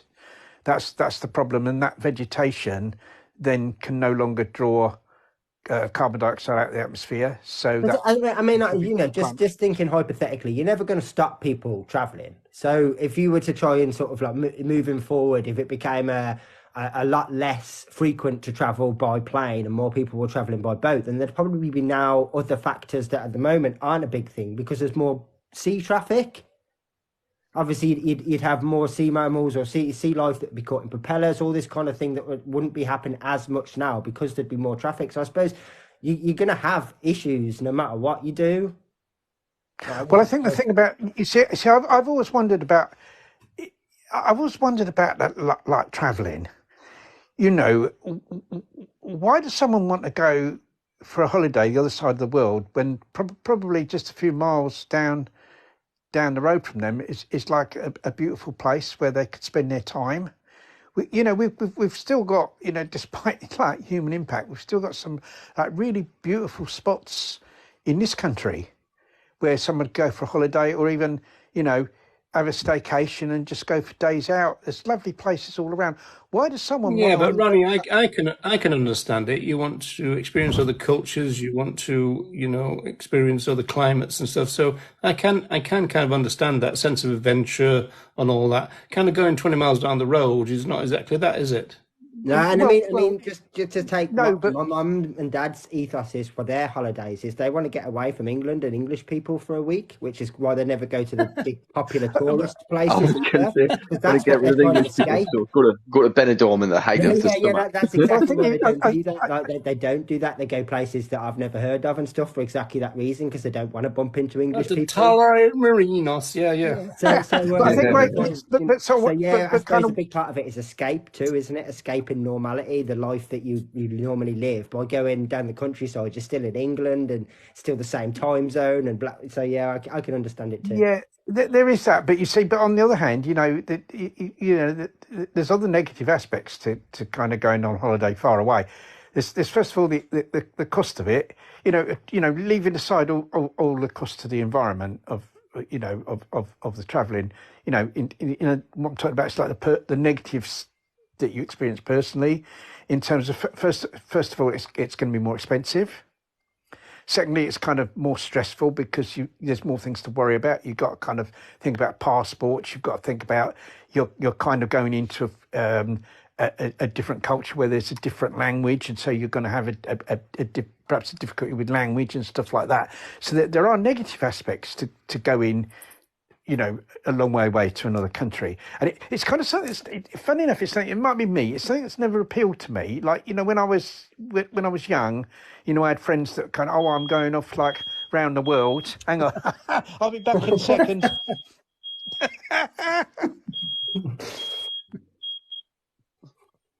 Absolutely. I reckon it's your pacemaker, Ronnie. It's nothing to do with smoke alarm. Just got to say, I absolutely love Ronnie's laugh. He's got like a laugh, like a proper like 1980s comic, hasn't he? Yeah, it's great. Yeah, Sid James. Infectious laugh. Yeah, Sid James, that's it. Yeah. We'll have to add fire alarm to the bingo card. Mm-hmm. Yeah. That's funny. But no, I mean, just quickly, whilst I remember as well, going back to the conversation we was having about the almond milk, isn't it funny that again it's us that are having this conversation where it's like, look, there's a decent element of doubt there, so let's just avoid. Whereas people that are, lactose free or vegetarian or whatever, they wouldn't be having that thought process. Wouldn't care. Yeah, exactly that. And that's, I mean, Roger's kind of hit on this point before, hasn't he? It's like if we proved that farming avocados caused like an unprecedented amount of harm and exploitation, then we would be the ones saying, stop consuming Well, avocados. yeah, I mean, to be perfectly honest, just in the last, well, just say in the time that I've been on TikTok, obviously there's evidence to say it's not exactly great, but there's not the evidence that the non-vegans try to claim there is. And still, I've already seen a shift from a lot of people. I mean, I don't eat them anyway, but I've seen a lot of other people say, well, I've stopped for exactly the same reason, or I've reduced for exactly the same reason. So they've taken this snippet of information, this allegation, if you want to call it that, and it's still them are the ones that are making changes because of it, and those making the accusations couldn't give a shit. Yeah, I mean, going back to the bees, how many bees has Piers Morgan helped out of the studio or his home when they've None. I think we can lost all their say way? quite confidently that Piers is definitely a newspaper squatter and probably enjoys doing so.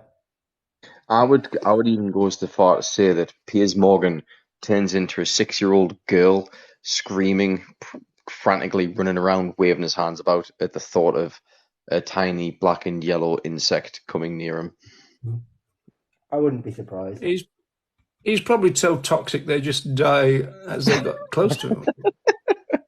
Die from the negative radiation that he just emits But from to his be perfectly slimy honest, looking I mean, face. Piers is the kind of personality and character that even if you could make him understand that, avocados weren't the issue, say, or whatever, he would be the person that would eat the avocado instead. He would just take the other side of the argument because all he's there to do is antagonize. He's not there to actually make a point. He's there to raise a reaction. I personally think that Piers Morgan is actually just a character. He's just a caricature of himself. He probably has these personality traits, but I think he blows it up and emphasizes it all He's a for Thunderbird entertainment. puppet, isn't he, Kev? He's a spitting image puppet. He's to be fair, I think the spitting image puppets are a bit prettier, aren't they? But Yeah, the spitting image puppets probably would have more about them too. Be a bit yeah, more at least they're likable. actually made from rubber, opposed to just being looking like they're melted. Um, They'd definitely be easier to warm to and easier to relate to than Piers. and But can you yeah, imagine? I mean, talking of Piers, although obviously Alex O'Connor's still not in the best tastes. I thought the few snippets that I saw, I don't know if that conversation was last night. I've only seen them this morning, so I'm guessing it was. But his conversation with Piers about the monarchy was Yeah, his best. I actually watched the video that Alex O'Connor's uploaded now, and it's only about 6 minutes long, maybe. The segment that they did. It's funny because Piers Morgan's on there with Alex O'Connor and somebody that's married to a distant royal. This is a royal that I've never heard of, so it's clearly like someone's cousin's uncle's brother's daughter's cousin or something that's related to the royal family. But it was an interesting And probably conversation. also related to their spouse. Yeah. Yeah, but I mean, we touched on this earlier on, didn't we? Like, it's not Alex O'Connor's fault that everybody misinterpreted exactly what he was saying, because from day one, really, he was looking at everything from a utilitarian aspect and was talking more so about treatment than rights, and very early on said that he doesn't know if it's possible for animals to have rights in his mind. So it's not necessarily his fault that he got the backlash he got. I'm not entirely. There is He fault must there. have been shocked to the He must have Yeah. been shocked to the core, though, mustn't he? Because he's been criticised by a movement that actually essentially holds his own view. Yeah. Yeah, I mean, the most ironic thing is that he didn't technically mislead anyone, did he? No, From he what I've didn't. seen, He really anyway. didn't. He was completely honest about his position. And I suppose in some ways it's similar to the Yeah, but conversation we had also last week several about Singer. times, Andy, like just like Singer, right? Yeah, that's what I was about to say. It's Yeah, very similar to the conversation we had last week about Singer, where you get to the point where it must get frustrating, where you're like, well, this isn't. I mean, in that one clip that I've put on TikTok at the moment, he literally says, well, I've never had that position. He answers the question with that answer. I've never had that position. That's never been yeah. me. So it's not like I had this view and now, I've evolved and changed. This was always my view and I've never moved. You're conflating it. And yeah, I suppose very much like Singer. So what can you do if people are forcing this opinion on you or assuming this opinion of you? There's only so much you can do to change it by keep being yourself. And there's two things there, isn't it? It's one that maybe people were desperate to make a connection with this incredibly well-educated, very eloquent and articulate, um, really good public speaker, or that the people that he was that were influenced by him and the vegan movement, if you will, were so disconnected with what veganism really was that they didn't realize that what he was talking about wasn't the vegan philosophy.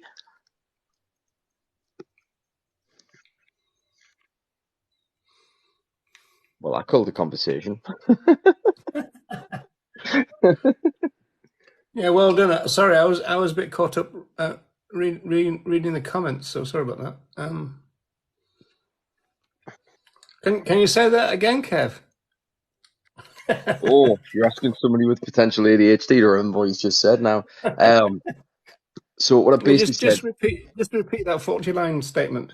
in a nutshell, what I was saying is either people in the vegan movement felt like they, I don't know, almost wanted to make a connection with what he was saying because he's so eloquent and well educated and he's such a good speaker and he puts his point across very well, or it's that a lot of people within the vegan movement didn't actually make a connection with the vegan philosophy in itself and didn't realize that what he was talking about wasn't necessarily a vegan philosophy a lot of the time. Yeah, Yeah, it'll be that second one, I think. Yeah, I mean, I was gonna say, and to be fair, there's other examples of this. It's the same reason that it's very, very, very, very, very unlikely that he's ever going to come out and no longer be vegan or whatever. But let's just say hypothetically tomorrow, Earth and Ed said, "Look, in exactly the same way, I've got IBS. This is what's going on. I'm no longer plant based." You'd suddenly have people that would start watching some of these videos, going, "Oh, look what he said 3 years ago." Yeah, why didn't you say anything 3 years ago? Because it was yeah, fine up until that day where he's no longer plant-based. yeah. It's excusable, and that's Have you exactly what happened with Alex. None of this was new information. And have you you look at seen how it? many people have made content about him since he came out, but not a single person ever said it really before. And that Have you content was there, if that's what the point you're trying to make. have you seen Earthling Ed's newest video that he's put out about Not the one with the books. the way he's got books stacked up around him, What like the some one that I put in our chat, that video where I he's don't talking know. about the calf and the No, no, lazy. No, sorry, the cow that's apparently lazy, or that video. no. This one's actually on his YouTube. Aubrey, Oh, someone or other, has done basically a newer version of a Got Milk advert, where they're basically taking the piss out of plant milks being called milk. So in America, the FDA have now said that it is legal to call plant milks milk because, let's face it, we're not thick. So the dairy industry in America have employed this actress who I've never heard of to do a mock video for Wood Milk. And then she's like, "Is this real milk?" And they're like, "No." She's like, "Well, what the hell have I invested in them?" Kind of at the end, and then it's got milk on. I was like, "Oh my god!"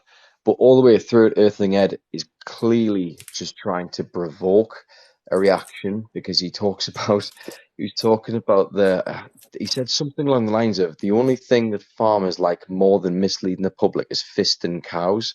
I was thinking that's not your usual tact. But again, he was talking more around the treatment and the treatment and the mistreatment, if you will, of the animals, rather than the rights violations. the animals. You know, that wasn't, he was talking about the obvious things that would cause outrage, rather than the idea that actually we're using these animals for a purpose that's for our own interest. Again, so it's probably easier. It's not Earthling Ed to say fisting cows, is it? No, it's No, not. what honestly, it's only on for a couple of minutes. It's worth a watch to just get your opinion on, because it's a slightly different tact and it's a bit more Dewey carb strong, if you will. I know the person you're talking about now because I've seen the wood milk advert on Yeah. Instagram. I don't know who she is either, but everyone else seems to. But that just seems to be. He may well have done it just because every other activist at the moment has made a video about that video. Yeah, I just thought his approach on it, because normally Ed comes across from a studies point of view, or Yeah, it's definitely not like him. That's definitely like he usually comes across as an academic's point of view, if you will. Whereas I could imagine Joey Carbstrong talking along those lines, but it's not something I'd usually expect to hear come from Earthling Ed. Yeah. I don't know, maybe he was just absolutely enraged by it, possibly, but I can't imagine Earthling Ed getting annoyed by anything, to be completely honest with you.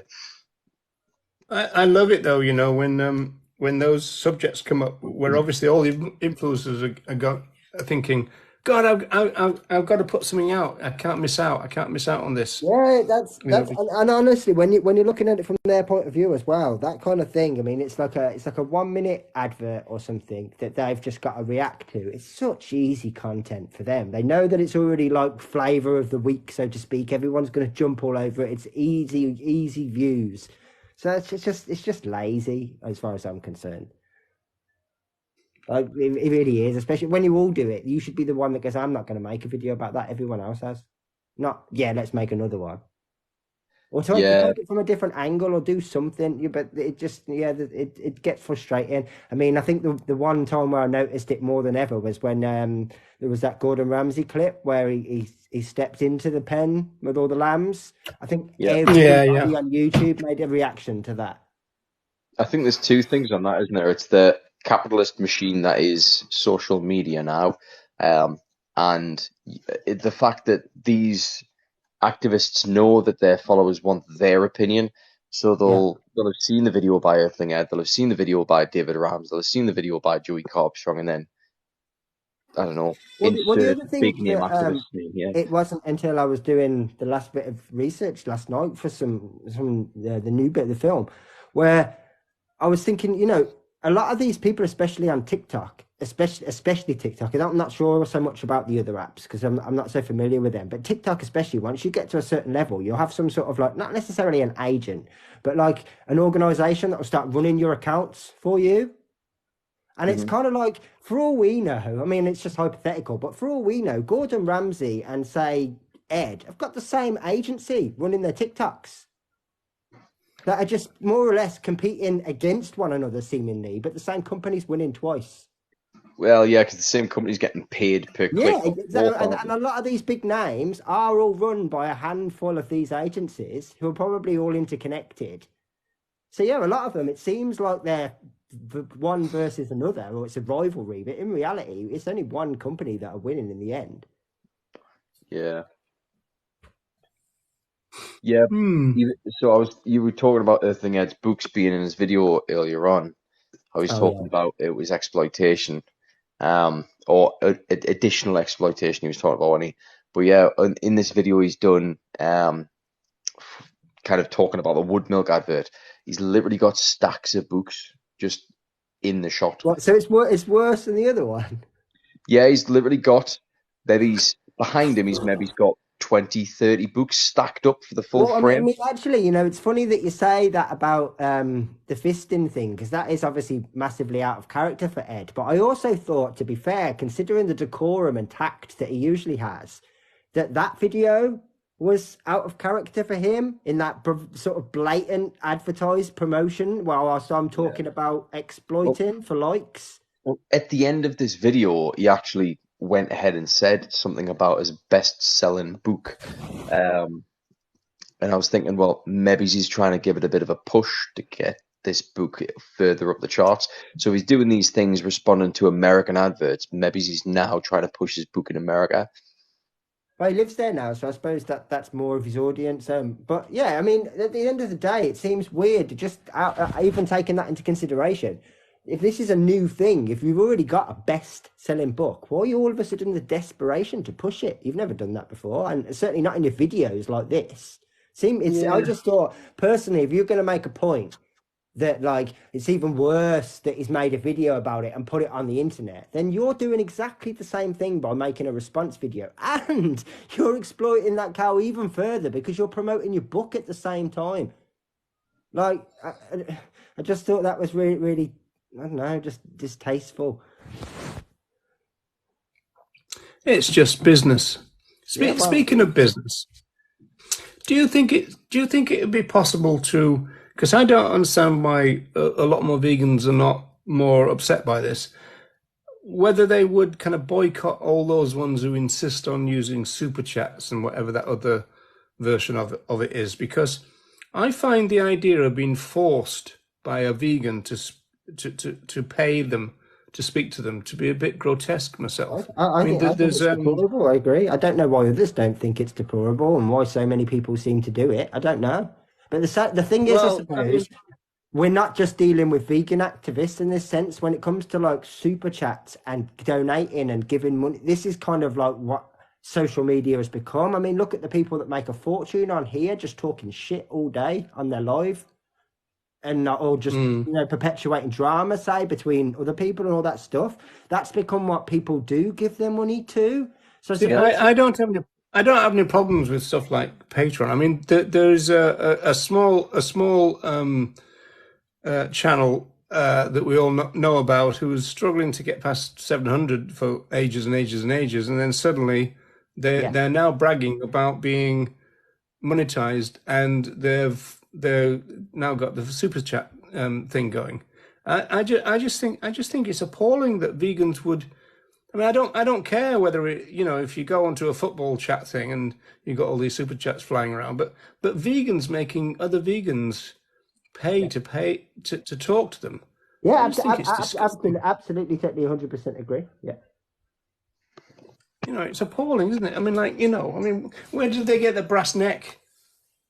I mean, we're supposed to be in a social movement, for God's sake.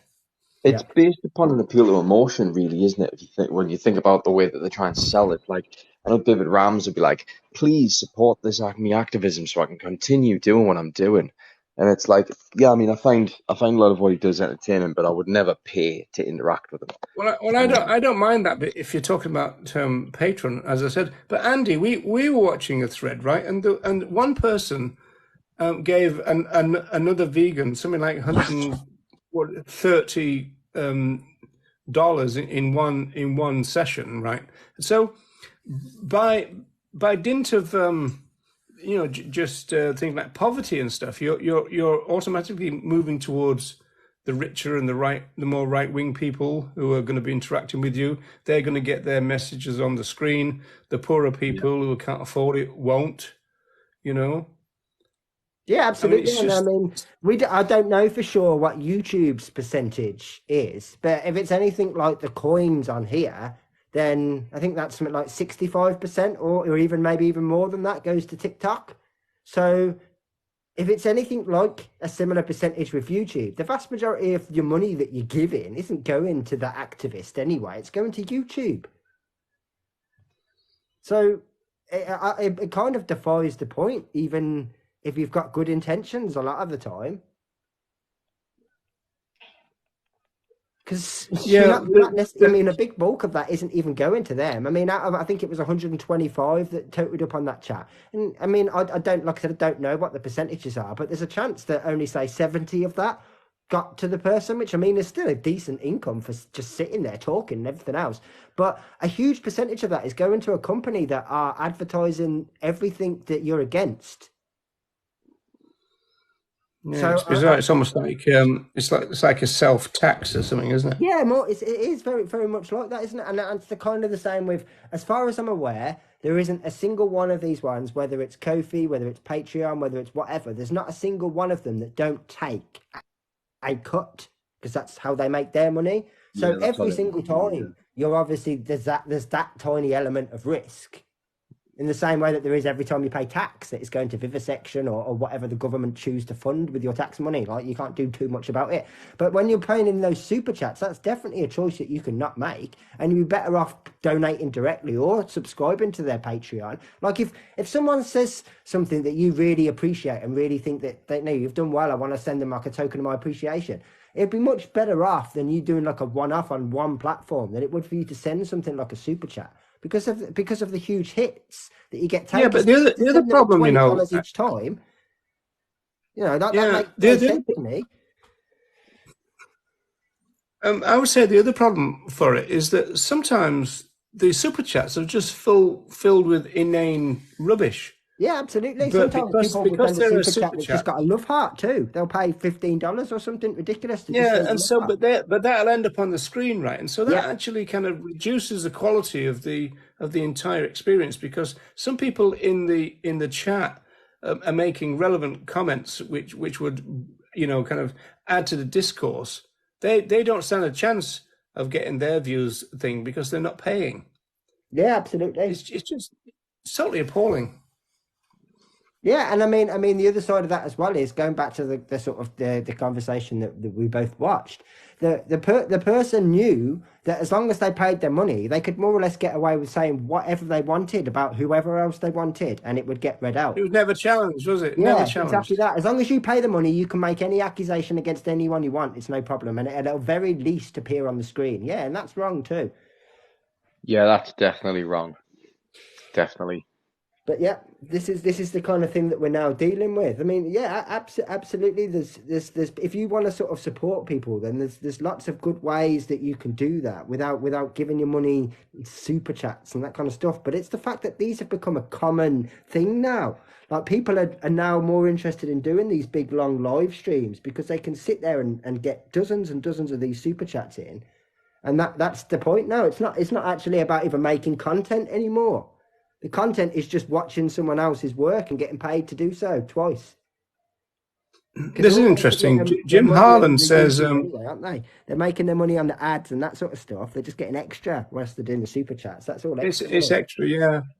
Jim Harlan is saying a non-vegan could donate a tenner and say eat meat, and that message would be up there for 5 minutes. Now, presumably, they would not show that, or is it all kind of automatic? It's not automatic. They've got to put it up on the screen, haven't they? It's not automatic, so I think they probably wouldn't choose to show that one. Or I don't know, some would. They might put it up and say, "Well, I think there are some automatic ones. For example, I think Vegan Gains.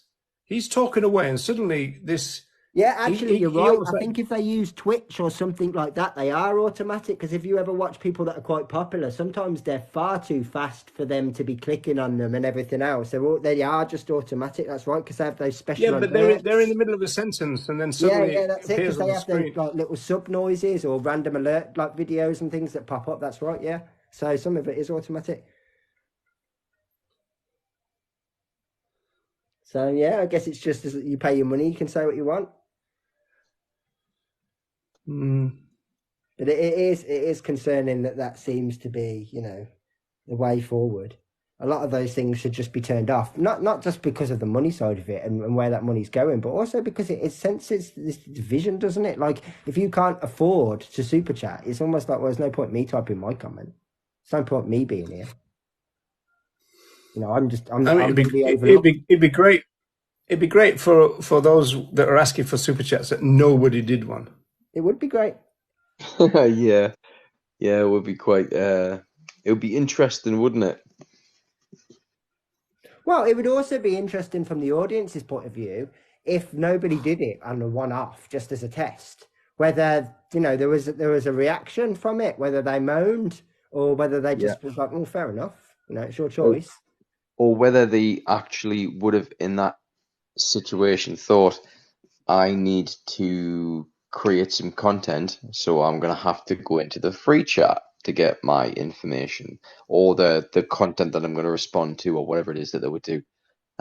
Because it's almost like, if you pay me, I value your comment more than someone who doesn't, even though your comment maybe less valuable. Like Roger was saying there before, there's often really good conversation in the chat box that's completely and utterly ignored because it's Yeah, not being absolutely. paid for. Yeah, I mean, I don't think sometimes they it's care hard what enough it for is. us. They just swing it up. Yeah, sometimes it's hard enough for us in very small groups like this to keep on top of the chat. So, like, you Yeah, imagine when they're scrolling by a million miles a second, especially, you know, if you are someone like Joey or Vegan Games Live and you've got a couple of thousand people watching, yeah, I could imagine it's impossible. yeah, probably. I didn't know this either. Jim Holland said the bigger the donation, the longer the message is pinned Yeah, in I the didn't know that. chat. I'm assuming there must No. be, or you can set up some level of filter because otherwise you'd get some terrible. But then again, I suppose if someone's paying to do it, most people won't care. Well, it's bound to be the case though. Otherwise, nobody would pay $20 when they could pay one, would they? That's true. So there's But that's the other people part must of have. it that I didn't understand. You know, I've watched these live streams before where you get the same person that's donated, say, 5 or 6 separate times during the thing. I mean, are they taking that percentage every single time? So they're even worse off by doing it in 5 separate donations, and it'd have been much better off in one bulk. Because that happens a lot too. They'll send 10 here, 10 here, 20 Oh, there, 20 there, 20 there, and then it yeah, but totals up to they're 100 quid. reacting to what's being said, though, aren't they? Yeah, So yeah, I that's suppose. explains. Yeah, Yeah. but I mean, surely you shouldn't have to. I don't know. There should never be some feeling where like, oh, they said something I enjoyed. Let me send them money. I Like, mean, I don't understand who's paying the amounts as well. Like, when I was watching a one by David Ramsey a little while ago. I was watching like a recorded version of it. I wasn't watching it live.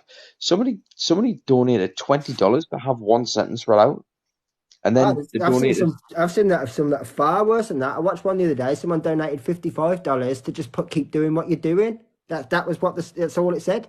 And I don't understand. I mean, for me, I'm not being funny, but I think this person donated 3 or 4 times as well. I mean, that if $80 could go I know. on something far more beneficial in your And you'd life think than, as well, wouldn't you, that after something like that, they'd say, look, don't give me any more. There's sanctuaries that could do with this money. yeah, exactly that, yeah.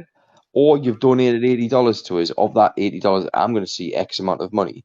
I'm going to donate that to a local sanctuary or a this and that. It's elitist counter-revolutionary crap. This is because who is going to be able to afford to pay $20 over and over again? It's going to be Yeah. the right wing Yeah. rich people.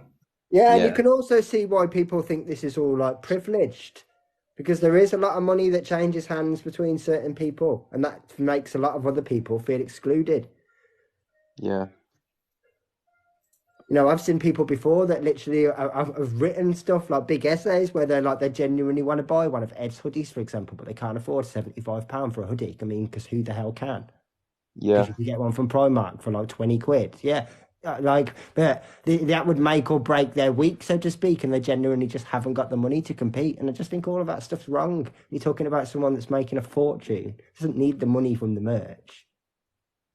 But that's the movement we've got these days. And you can't say anything because then it's infighting.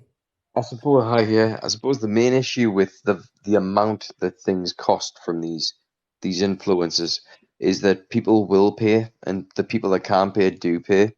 And that's, I suppose, why it continues, because Ed will be selling £75 hoodies, hand over fist, which means that person that could probably afford £30 for a hoodie. Can you imagine the markup on that? I don't know, yeah. Well, even if he's using one of these Well, ridiculously actually, priced, hang on a second. The argument there is that there's not much because it's so ethical. You know, he actually put a video out saying that this is kind of on top of ethical. You know, so it's not ethical wares. It's not fruit of the loom. It's really kind of on top notch kind of ethical stuff on just about every level in terms of wages given and exploitation and all that. And so that's how he just justified the prices. I remember when they first came out, he did that. I mean, but most vegan online I was going to clothing say, aren't vegan stores happy are the same. clothing? Like they Yep. they've got all these things that talk about how Mhm. ethical their company is, and their hoodies are like half the price. Yeah. I mean, even Yeah, but that's what I'm saying, Andy. What Earthling Eddie's saying is that his stuff is more ethical than anybody else's. Right. Is that because he blesses it with some of his own vegan tears or something? No, it's Well, yeah, I suppose if you factor in those wages are better, then and his is one of them, and the people that work for Surge, then yeah. But I would I, imagine in terms of the production, he probably gets it from one of these other companies that all the it, other. it, yeah, it was to do with exactly. things like the production process. The dye was an issue. Yeah, The dye is an issue, I, and also people working in sweatshops. But it's really interesting because like the worst T-shirts you can buy are dark blue and black, which are very mhm. popular in the vegan movement. But Yeah, these environmentally are absolutely dreadful, apparently. Vegan Outfitters, they make all the same claims on their clothing as well, which I think it's probably correct to be fair what they're saying, but they're not as expensive as the branding, if you will, that some of the big name activists put yeah, on theirs. and surely, I mean, if that was me and I was in his position, instead of saying, "Well, we are the best and that's why we're charging more," it'd be like, you could use my company and everyone could, we could all have more ethical clothing and I could bring my prices down as a result. Nah, fuck that. I want the exclusivity because it's all about me. Like this, I just don't understand the mentality of this social movement. Well, Yeah. it's not a social movement. No, it's Joanna really is not. It's suggesting that there's a.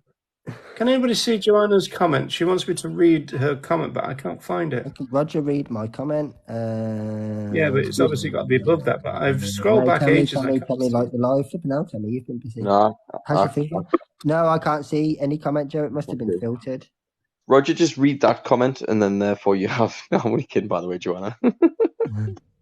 Joanna, if you have commented, by the way, it looks like it's been filtered or it's been missed. None of us can see it in the chat. No, sorry. Earthling Ed deleted it. Maybe he cried on his phone and it created a vegan miracle. Maybe. But yeah, I mean that I've seen that as a point of contention before, the cost of some of this merchandise and stuff, and it's just insane amounts of money. And again, that's all an extra form of income. I mean, obviously it's a choice, but a lot of people feel like they're making a difference by buying one of his hoodies. Like they think that Well, they're that's a making really, really interesting comment because I remember going to Galway, I think, and this guy was telling me about he was getting involved with the Cube of Truth, and so he'd bought some AV material, right? But he was kind of saying it's pretty expensive. I think it was about 45 quid for a hoodie and 35 or something for a t-shirt.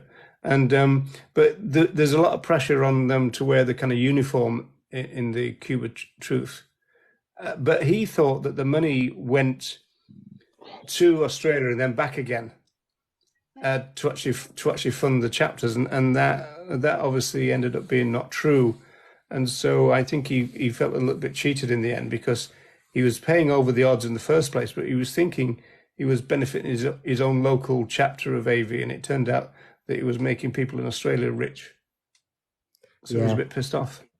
Yeah. No, I mean, Kev raised this earlier where that's normally the mantra that's sold with a lot of this stuff, help fund my activism. And it's like, well, From a Patreon and stuff point of view, I can completely see it. I understand, like, you'll have a creator. If obviously I know these are animal rights activists, but they're content creators at the end of the day, and they'll say, if you like the stuff I put up for free, pay a small fee, and I've got some exclusive stuff. If you find me entertaining, there's a bit more of me over here.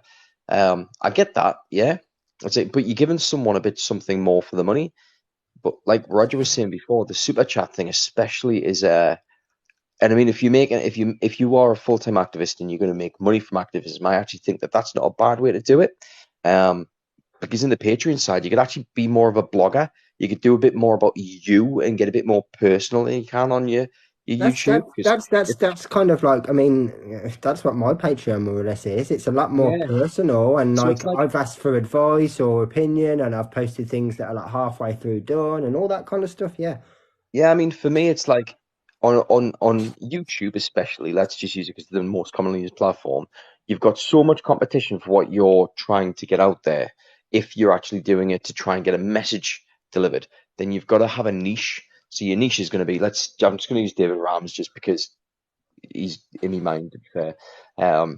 Your niche is that you create humorous with a dark twist content around animal rights. So if you start blogging about your trip to the supermarket or your your general lifestyle, it's gonna start to cock up your algorithm. Whereas actually, if people like you and like your personality you come across on the screen, that's the sort of stuff that people might want to see. But it's when you start chucking on the super chat and you're using that as a filter for the comments. And I understand that these guys have got thousands of people commenting and stuff, and it would be hard to keep up. But I doubt that they're the only people moderating these chats as well. Then that's the issue, isn't it? It's like Roger was saying. It's like you can't afford to have a very relevant comment read out or reacted to or come up in conversation, and it might be something that. Well, if you've got the right app, you can do slow mo. Apparently, you can slow the comments down. Which is interesting. I've seen that happen on some of the things that I've logged into. Yeah, but Joanna said, I suppose if you're a huge name, then quite a lot of the money that's coming from even from super chat, say, it's probably quite sporadic and random. It might be the same people every so often, but there's also going to be others. But when you've only got a smaller channel and you've not long been monetized and stuff like that, and you've got a relatively reliable audience of X amount of people, them are the people that are already paying for your merch or for your Patreon or whatever anyway. So all you're doing is squeezing extra out of the people that are already supporting you. Yeah. You're not yeah, I know that makes it even worse. That's what I said. I don't mind the Patreon thing, because that means that people are giving the person what they want to give them. They're not being forced into doing more. Yeah, agree. Funnily enough, I was talking to a couple of weeks ago. I was talking to Uncle Lou about monetization on YouTube and stuff, and he was saying that he likes the fact that you've got companies like KFC and Muller advertising on like his, like, you don't have any control who YouTube put on there. They'll put something relevant on it. He's a food YouTuber. So he said, like, people will come to him because they're either interested in plant-based eating or are actually vegan or at least plant-based. He said he kind of likes the idea, the fact that the advertisement that goes out around his page, if it's not for a vegan brand, is all an outgoing, and the audience that he's got would never be influenced by that. So it's kind of like you're impacting them by costing them the money for that advert. I was like, there's logic in there somewhere if you squint really hard. But I was like, it kind of makes a bit of sense, I suppose. But also I was thinking, like, I don't know how I would feel about knowing that I'm getting money directly from like KFC. Not that I'm monetized, obviously, on anything, but yeah, it was just found it an interesting comment. Yeah, and I mean, How obviously, does that work? into consideration. Well, I mean, YouTube, obviously, they understand that you're putting out food-related content, but they don't. I don't think they look at the algorithm deep enough to say, right, this person is a plant-based food chef or plant-based food influencer, so we're just going to put Beyond Burgers on their screen. They just look at, go, right, this person's doing content related to food. People that are watching it are interested in food. Let's put something around, food on there. So we'll be advertising particular brands. It could be fast food, or it might be, these like Hello Fresh boxes and that sort of stuff. Something like that. But very, very rarely is it going to be a vegan brand, because there's probably not that many out there that are putting that kind of revenue into that ad stream. All right, I see what Joanna's getting at now. Yeah, sorry, I was a bit slow on the uptake there, Joanna. Yeah, Andy and I had talked about that because there was a sudden increase in a particular channel's subscriptions, and it went from 700 to, I think, 1.3. It was pretty obvious. So I don't know whether you can see that comment, Andy. Can you see the comment there from Joanna? Well, why did show? No, hang on, let me scroll up. I looked at the statistics. Oh yeah, I was going to say it was pretty obvious from just looking at the views on the videos as well that subsequently followed it. That they didn't correlate. That's just desperation. For what though? Again, that's a perfect example of someone who's only going to be further squeezing their audience. Then getting new people coming in and dropping money there. Any super chats are going to be from people that already support the show. Well, No, yeah, I you're don't not like that wrong. at all. I don't like that at all. No, and it's the same with all the merch and all the other things. Every revenue stream that you're trying to have is from the people that already support you because you're not big enough to attract anyone else. Yeah, Do you know what I think? Do you know what I think, guys? Is I think there's too many fucking capitalists in this anti-capitalist movement. Absolutely, yeah. I mean, yeah, that's some serious exactly that. desperation. I mean, you're looking at that going, I'm so desperate to be monetized that I'm going to invest money, however much, to get those remaining followers to achieve monetization so that I can squeeze money out of the genuine people that have supported me the whole way through. That's a really They can't be shitty, real shitty followers, attitude. can they? I mean, are you paying for bots or something, or what? I guess that's what you pay for, yeah. You can do it on TikTok as well. There's companies out there where you pay them $10 or whatever, and they'll basically just chuck 3,000, 4,000 followers at you, and it is just all just It's automated absolutely accounts. pitiful, isn't it? It's Yeah, absolutely Oh yeah, pitiful. it really is. it's just it's part of this influencer culture, though, isn't it? It's and a lot of people want recognition from it, don't they? The kind of the base the Yeah, value of but what themselves upon how many people follow them on in the I Instagram. don't get that part though. But I mean, because the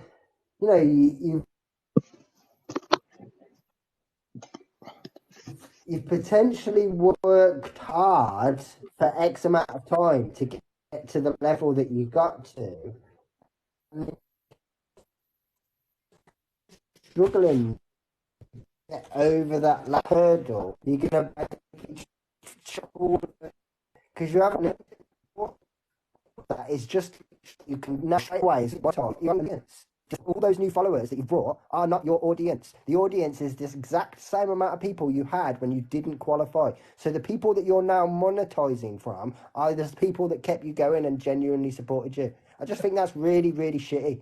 And that's the thing, isn't it? It's like on social media, if you're a content creator, you need to be appealing to an audience. So if you're not growing, it's probably that people like there are people out there that like your content, but if you're trying to attract more people and you're not, you probably need to have a look at your content and think, do I maybe need to change something about what I'm doing or try something new or take a different approach on something if I'm not attracting people and I want to grow?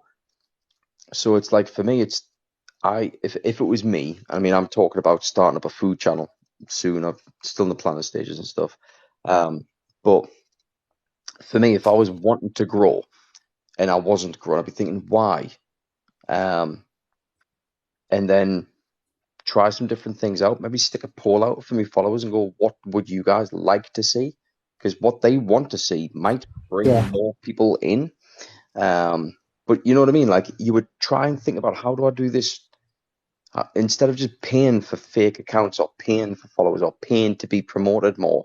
It's actually if I've got to pay people to come and watch me content, then for me that's counterintuitive. I would want people to watch me content because they find it Especially when interesting. your content has been consistent for like a year plus, right? So people know Mhm. exactly what they're getting. You don't mess Yeah. with anything. You don't really change anything, and you still, yeah.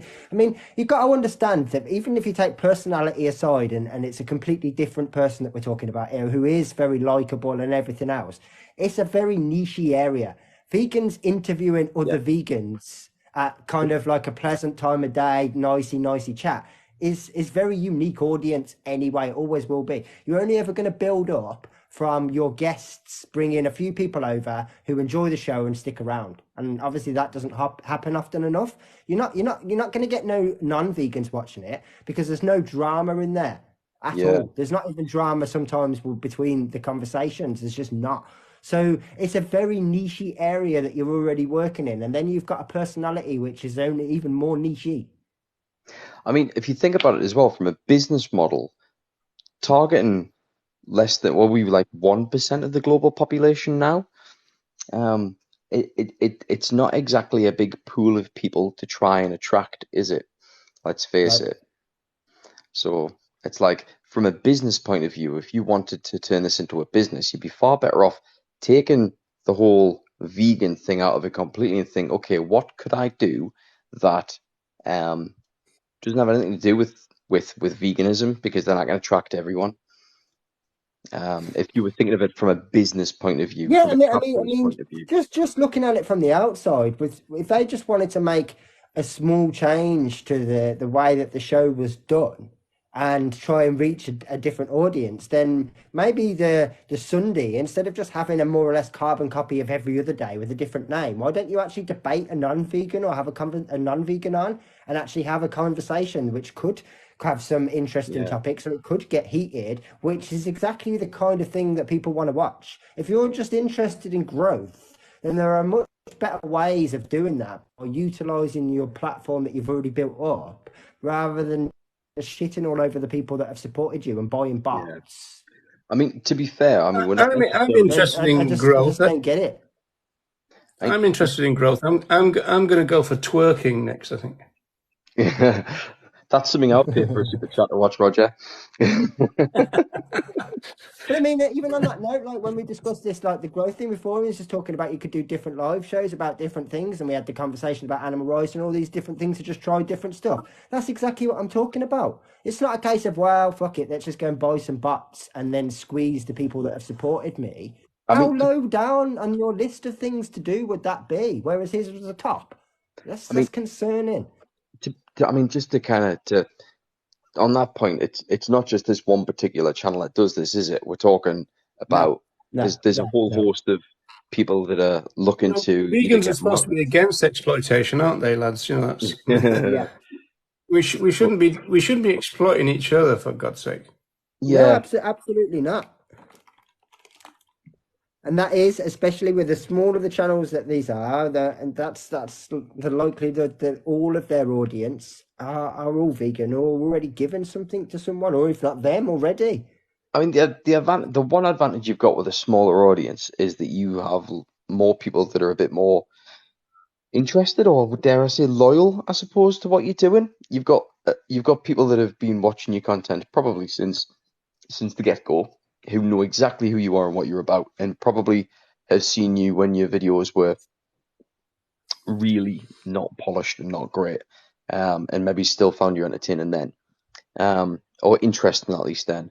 So I think not the problem, but what you'll get when you do get up, or if you get up to, like 10,000, 20,000, maybe 100,000 followers, is one, you can't keep up with it. So that community that you've built originally is gone. And two, you're going to have a lot of people that aren't really that interested in you as well. Yeah, and I suppose the other issue that you have, and I see evidence of this quite often, in the same way that we touched on earlier, you could have people that have supported you from day one who haven't got the money to support you but have been there all the time, and then you've got a few new people that have started throwing $100 a show at you, who all of a sudden their views are more important. Where the direction they want you to go is more important than those people that have always been there. Like, incentive now becomes money and keeping that coming. That's the danger of asking the audience what they want you to do, though. You see, because they're slave, then, aren't you? Yep. Your activism is no longer yours; it's theirs. Basically, they control you, and it's no different than an organisation saying, "Well, don't do that. Wear this T-shirt." So yeah, there's plenty of dangers there. But I don't know what the solution to them is, because this seems to be something that's only going to get worse. And, there aren't many people having these kind of conversations. Normally having these kind of conversations is like, oh, you're just jealous. You'd love to be in their position sort of mantra. And it's just like, well, It's not about that. It's about why it's wrong and why they should feel it's wrong in exactly the same way. Oh, well, Andy, there was a comment that said exactly that about me, wasn't there, in a recent Yeah, thing? I've had it before when I've mentioned this stuff in the past where people go, "Oh, you're just jealous because you want to be in the position." It's like it's about jealous. It's not about jealousy. It's not about that. It's about they should be thinking, I'm not comfortable with this for the same reasons that I'm pointing it out, and they're not, and that's the issue. And other people should see that too. Other people should see that they shouldn't have to donate to anyone to have their opinion. Why should they? No one I else is suppose charging them for it. one of the problems is that this isn't just the vegan movement doing this.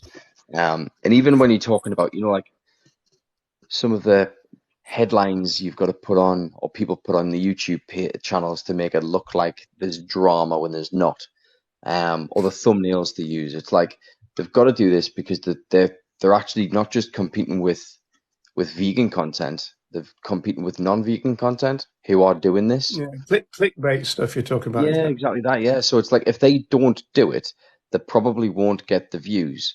If they don't get the views, then actually you might have someone that's got, a really important thing to say, or a really good video that's, gonna influence a lot of people to potentially change their lifestyle, that will get overlooked because it's not got the right heading, or it's, people will click on the drama because it's drama and scroll straight past their video that they might actually find interesting.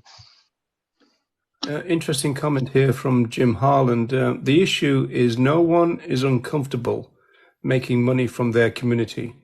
Well, luckily there are some, but I know what you mean, and it's unfortunate that anybody is comfortable in doing that. I mean, like that amount of comfort in doing that particular thing shouldn't exist in the vegan movement. I totally agree.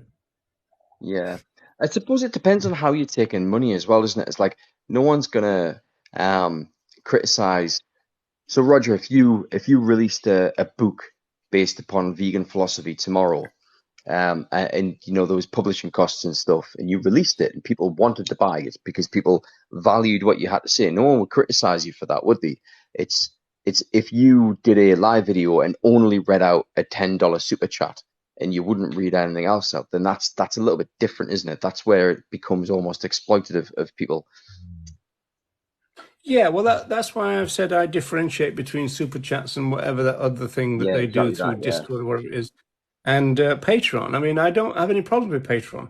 I mean, my group VIP have got a Patreon, and we get $35 a month, people. I get 22. This is it. So, like, I haven't got a problem with Patreon, and obviously it certainly doesn't really change anything about my life. But a lot of the time that I use mine for support too.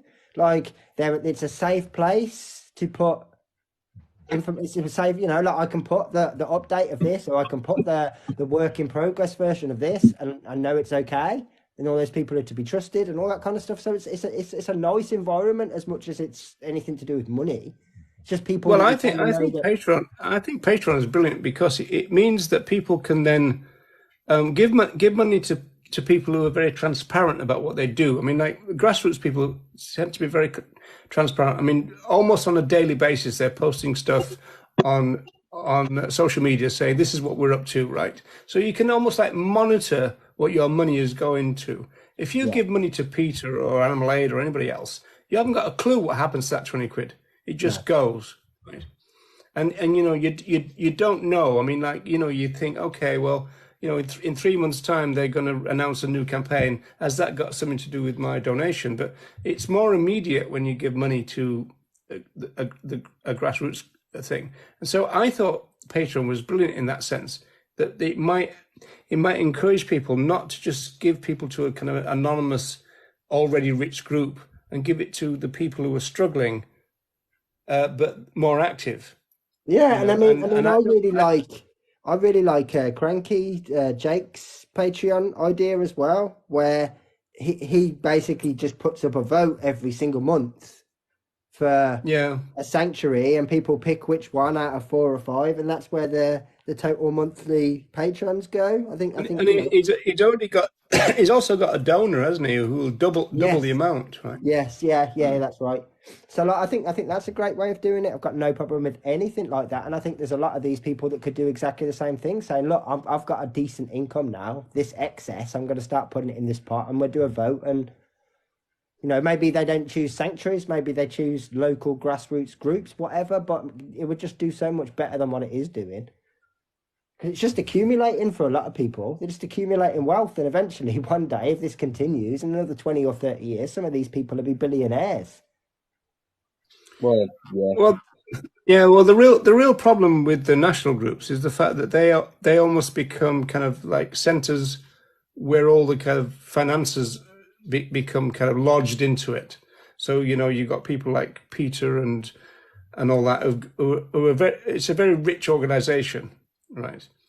And a lot more could be done on the streets if that money was given away, or they had a system where they could like distribute their money back out again. But you know, these groups tend not to do that. The first thing that they do is consolidate their wages and stuff, and that then becomes the most important thing. Yeah, You know, and so that takes priority in the end. it's very sad, very true. Right, I'm going to get till past, and then we've done 2.5 hours. I can feel my throat sore now, so we've got another 3 or 4 minutes. Yeah, I think that's a good point. You ought to look after your throat. So yeah, let's just do 3 more minutes, and then we should all go. Yeah, that's fine. If anyone's got any last questions, now's the time. Somebody mentioned the RSPCA. Yeah, Burn Bull. I was just replied in the chat. Burn Bull, I think, or is it Bun Bull? A lot of animal rights groups aren't vegan, unfortunately. RSPCA, for instance. And I've just replied to him saying that they've never been an animal rights charity, but I get your point.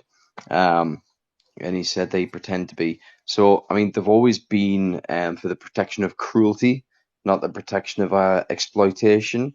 I suppose. No, the thing that is wrong. They're actually like Singer and like Alex O'Connor. They've always been honest that they're not an animal rights group. Yes, that's correct. Yeah, They can't be any more honest about being and not being an animal rights group because there's RSPCA assured exploitation. So it's like, you know, they actually allow farmers to pay them for a label, a bit like Red Tractor. Sorry.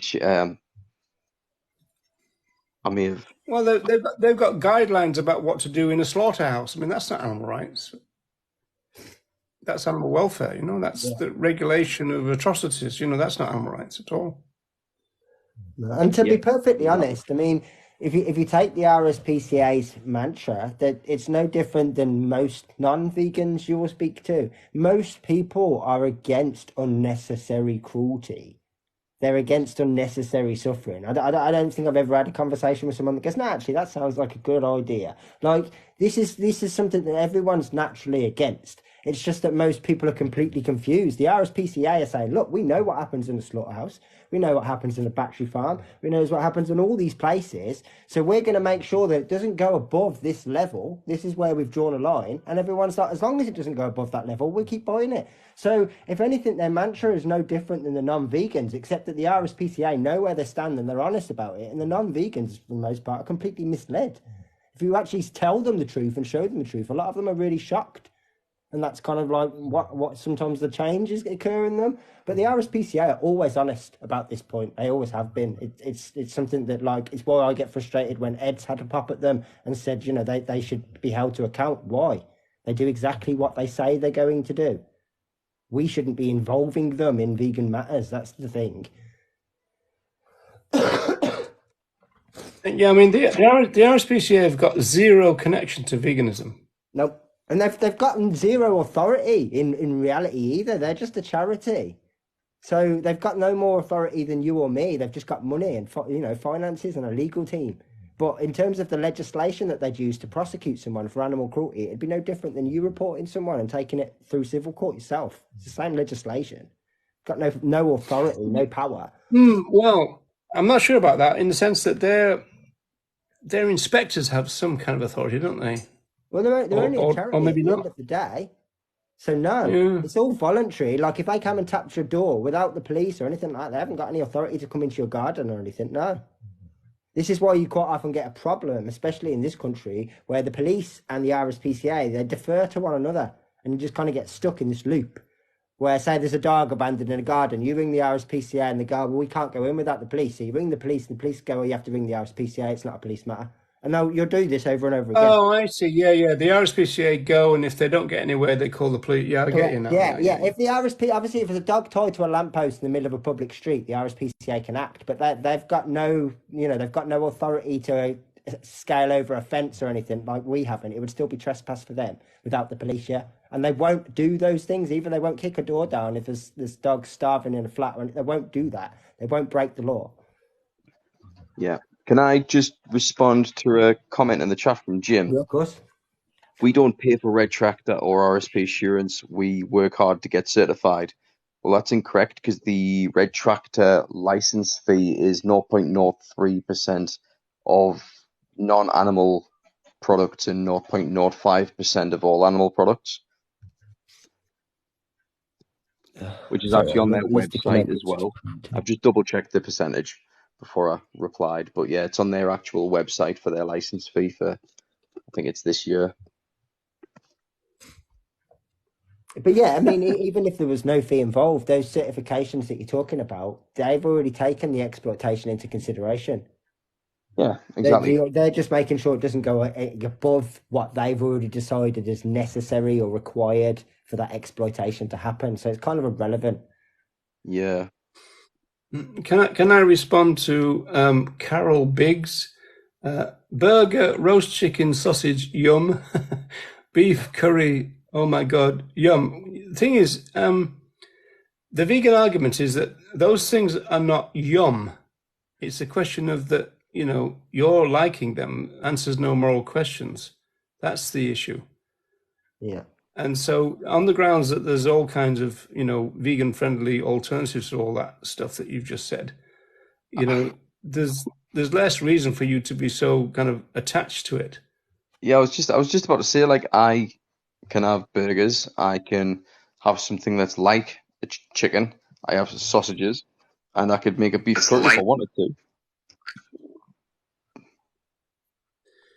Yeah, as Vietnamese love said, there's nothing yum about dead bodies, which is quite true. I mean, like, there's nothing yum about slaughterhouses. There's nothing yum about rights violations. There's kind of like very little yum about all that kind of stuff. But I mean, like, in terms of if you just want to take it down to does it taste nice? Well, we're not arguing that point. That's not part of, it's not a question of the vegans go, oh, flesh doesn't taste nice. We've never said that. That's not our argument. No, I mean the fact that flesh or other animal products do taste nice is the reason that most of us were trapped in the same illusion that you are for so long, was because we thought that mattered. Exactly, and if we didn't think that animal flesh tasted appealing, you wouldn't have the alternatives. They wouldn't be there. Exactly. But yeah, I mean, it really is like, obviously we once upon a time all used to enjoy our food, which is why we continue doing it. But now, guess what? We all still enjoy our food, which is why we're still doing it. I mean, do you put it seriously and logically, like, to end this tonight? If you were thinking about someone's been doing this for X amount of years, I mean, look at Roger. Is it 44 years? What? If you 44 years of not enjoying a single meal, 44 years of going hungry. Of not enjoying. Oh, it's been terrible, and it's been just use a bit of common sense. You wouldn't believe the amount of suffering I've gone through. You've got to think, well, there's probably something that they do enjoy, and they obviously are eating okay, and all of this stuff. Just 1 year, but yeah, when you actually think of how many people are doing this and everything else, like, just be reasonable now. Like, taste, if that was honestly a thing, it's been achieved, and then some. It's kind of the other way around, in the sense that, if you don't kill anybody when you eat a meal, that makes the meal better than anything else. Absolutely. Yeah, I mean, I actually enjoy my food more now, and I enjoy cooking more now because I get to experiment with more different. Because usually when I was cooking before I went vegan, it would be a case of, ooh, what am I going to cook with this chicken? Or what am I going to cook with this, whatever it was. So it would be the meat, I would have the flesh that I'd have, and then I'd think about what am I going to do with that. But now I think I just think about the ingredients and then think about the flavors and what I can replicate, or the different versions of things I can do, and how many different things I can make with those. And I mean, I don't eat a lot of meat replacement as well. I eat predominantly whole foods. Yeah, but I mean, you Um, just take something like the Philly cheese sub and think yeah. that you could potentially have that, right, 5 days of your week and just change the sauce a little bit and change the, say, from soy curls to seitan to, I don't know, meatballs or whatever. And you could literally have the same meal. Well, to be fair, mate, I mean, instead of eating so instead of buying meat replacements, I generally use TVP or soy curls. I use a lot of tofu, but tofu's so versatile because you can dice it, slice it, you can Yeah, grate it yeah, to create yeah. mince. There's all sorts you can do. You can slice it really thin, and kind of cook it, like pan fry it in a very small amount of stock, and it becomes like a shredded, like a very finely sliced beef. Um, And Kev, do you love the argument? Oh, I don't like tofu because I don't like the taste of it, but it doesn't have a taste. You That's the add good thing about you that's add the the great taste to thing it, about don't you? tofu. It's a flavor sponge. And people say like, "Oh, I don't like we've got a vegetarian that I work with at work, and she's not vegetarian for anything other than but taste and texture, I believe, to be honest with you. But she said that she doesn't like tofu because she doesn't like the texture. And I was like, you've never cooked tofu, right? She's like, I've got 25 years in the catering industry. I think I know how to cook tofu. I was like, well, if you knew how to cook tofu, you would like it. It's like there are so many different ways you can cook tofu, yet most people just, whack it in a pan and Yeah, I saute it mean, and go, oh, it's too it can be spongy. hard, it can be medium, it can be soft. I mean, it can be all kind of things, tofu, Yeah, can't I it? mean, it's like, It like can be almost like a liquid. I mean, it could be yeah. solid. Exactly. I mean, you could use silken tofu and make a cheesecake, or make a quiche with it. You could use, firm tofu and do something that's more like tofu, or you could get something like that vacuum sealed tofu and create mince, slice it really thin because it's really really dense, that one. Um, and that's the one that we get a lot because we do a lot of I do a lot of like a like a tofu scramble. Like I say, I do grate it and create my own mince out of that instead of buying, TVP mince. It's just the one that I find has the best texture. It's got the most realistic texture. If you grate tofu and pan fry it dry and then put a bit of stock in with it, it's the one that's most like a cow mince. Um, I tend to find that most of the frozen stuff and the TVP stuff that you get goes a bit spongy, whereas this keeps the bite, keeps the firmness. It's just so versatile. So, like I say, we generally speaking, I make quite a bit out of kind of TVP chunks and tofu. To be fair, it's probably where I get the majority of me protein from. So I'm glad it's a complete protein. But yeah, other than that, we eat a lot of beans. It's a staple in any vegan household, beans. Yeah, yeah. It's funny, isn't it, as well, once you get used to the larger amount of fiber that a whole foods diet can bring, you don't become some kind of toxic science experiment anymore. But yeah, I mean that's just one of those things, isn't it? I suppose on that note though, I'm gonna call it a night. Yes, Gone a little bit longer. Yeah. I think we should. It was 11 minutes ago when we said 3 minutes. Yeah, It's good going for one of our lives, that though, isn't it, really? it does quite often. But yeah, thank you everyone for joining us. I don't know what we've got planned rest of this week. We're definitely doing the late show on Monday. Not missing that no matter what, because that'd be good entertainment and cheer me up. What time are we doing that? Is that 6:30? No, 6:30 is the the other one with the panel, isn't it? Okay. What So, time is the late show so we can get people to go and watch that? What time did we say? oh, blimey. Give me a second just to put it up. I think it's going to be 7 o'clock, I think. I'll just check. Yeah, Mr. Pinchy. I'm going to do something a little bit different with it where we won't potentially Well, we'll do. Are you not having your super chats on for that live? I thought we was going to do a reaction. Yeah. Forget it, boy. Forget it. But yeah, if it's 7 o'clock, it's on Roger's YouTube channel on Monday evening. Anyway, I'll just get you a definite time. Oh, there it is. Watch along. There we go. One waiting doesn't tell me the time. That's weird. It's definitely It says Monday. live in 45 hours. 45 hours. So synchronize your watches, people. 45 hours time. Yeah, would that be 7 p.m. then? Is that one on YouTube, Roger? Yeah. Yeah. I suppose. I'm pretty sure it was 7 at Monday. Monday's the first. Yeah, never. I mean, I've never done a watch along before, but it's one of those where you play a bit and then stop and talk about it and that. And there's so much in this particular interview that is so fascinating. And some people might not kind of recognize the nuances, so it'd be interesting to point them out. Yeah, I mean, and as silly as some of it is, I think it's quite entertaining for people as well to see just like how embarrassing Pat Kenny is, to be honest. Well, and some of the crowd, but him especially. It never get ever sort of like gets worse with age. I think the more times that I watch it, the more cringy it is. Yeah. Do you know the most cringy thing about it, right, is the fact that about 20 years later, he was still on, RTE interviewing vegans, and he was still asking the same questions.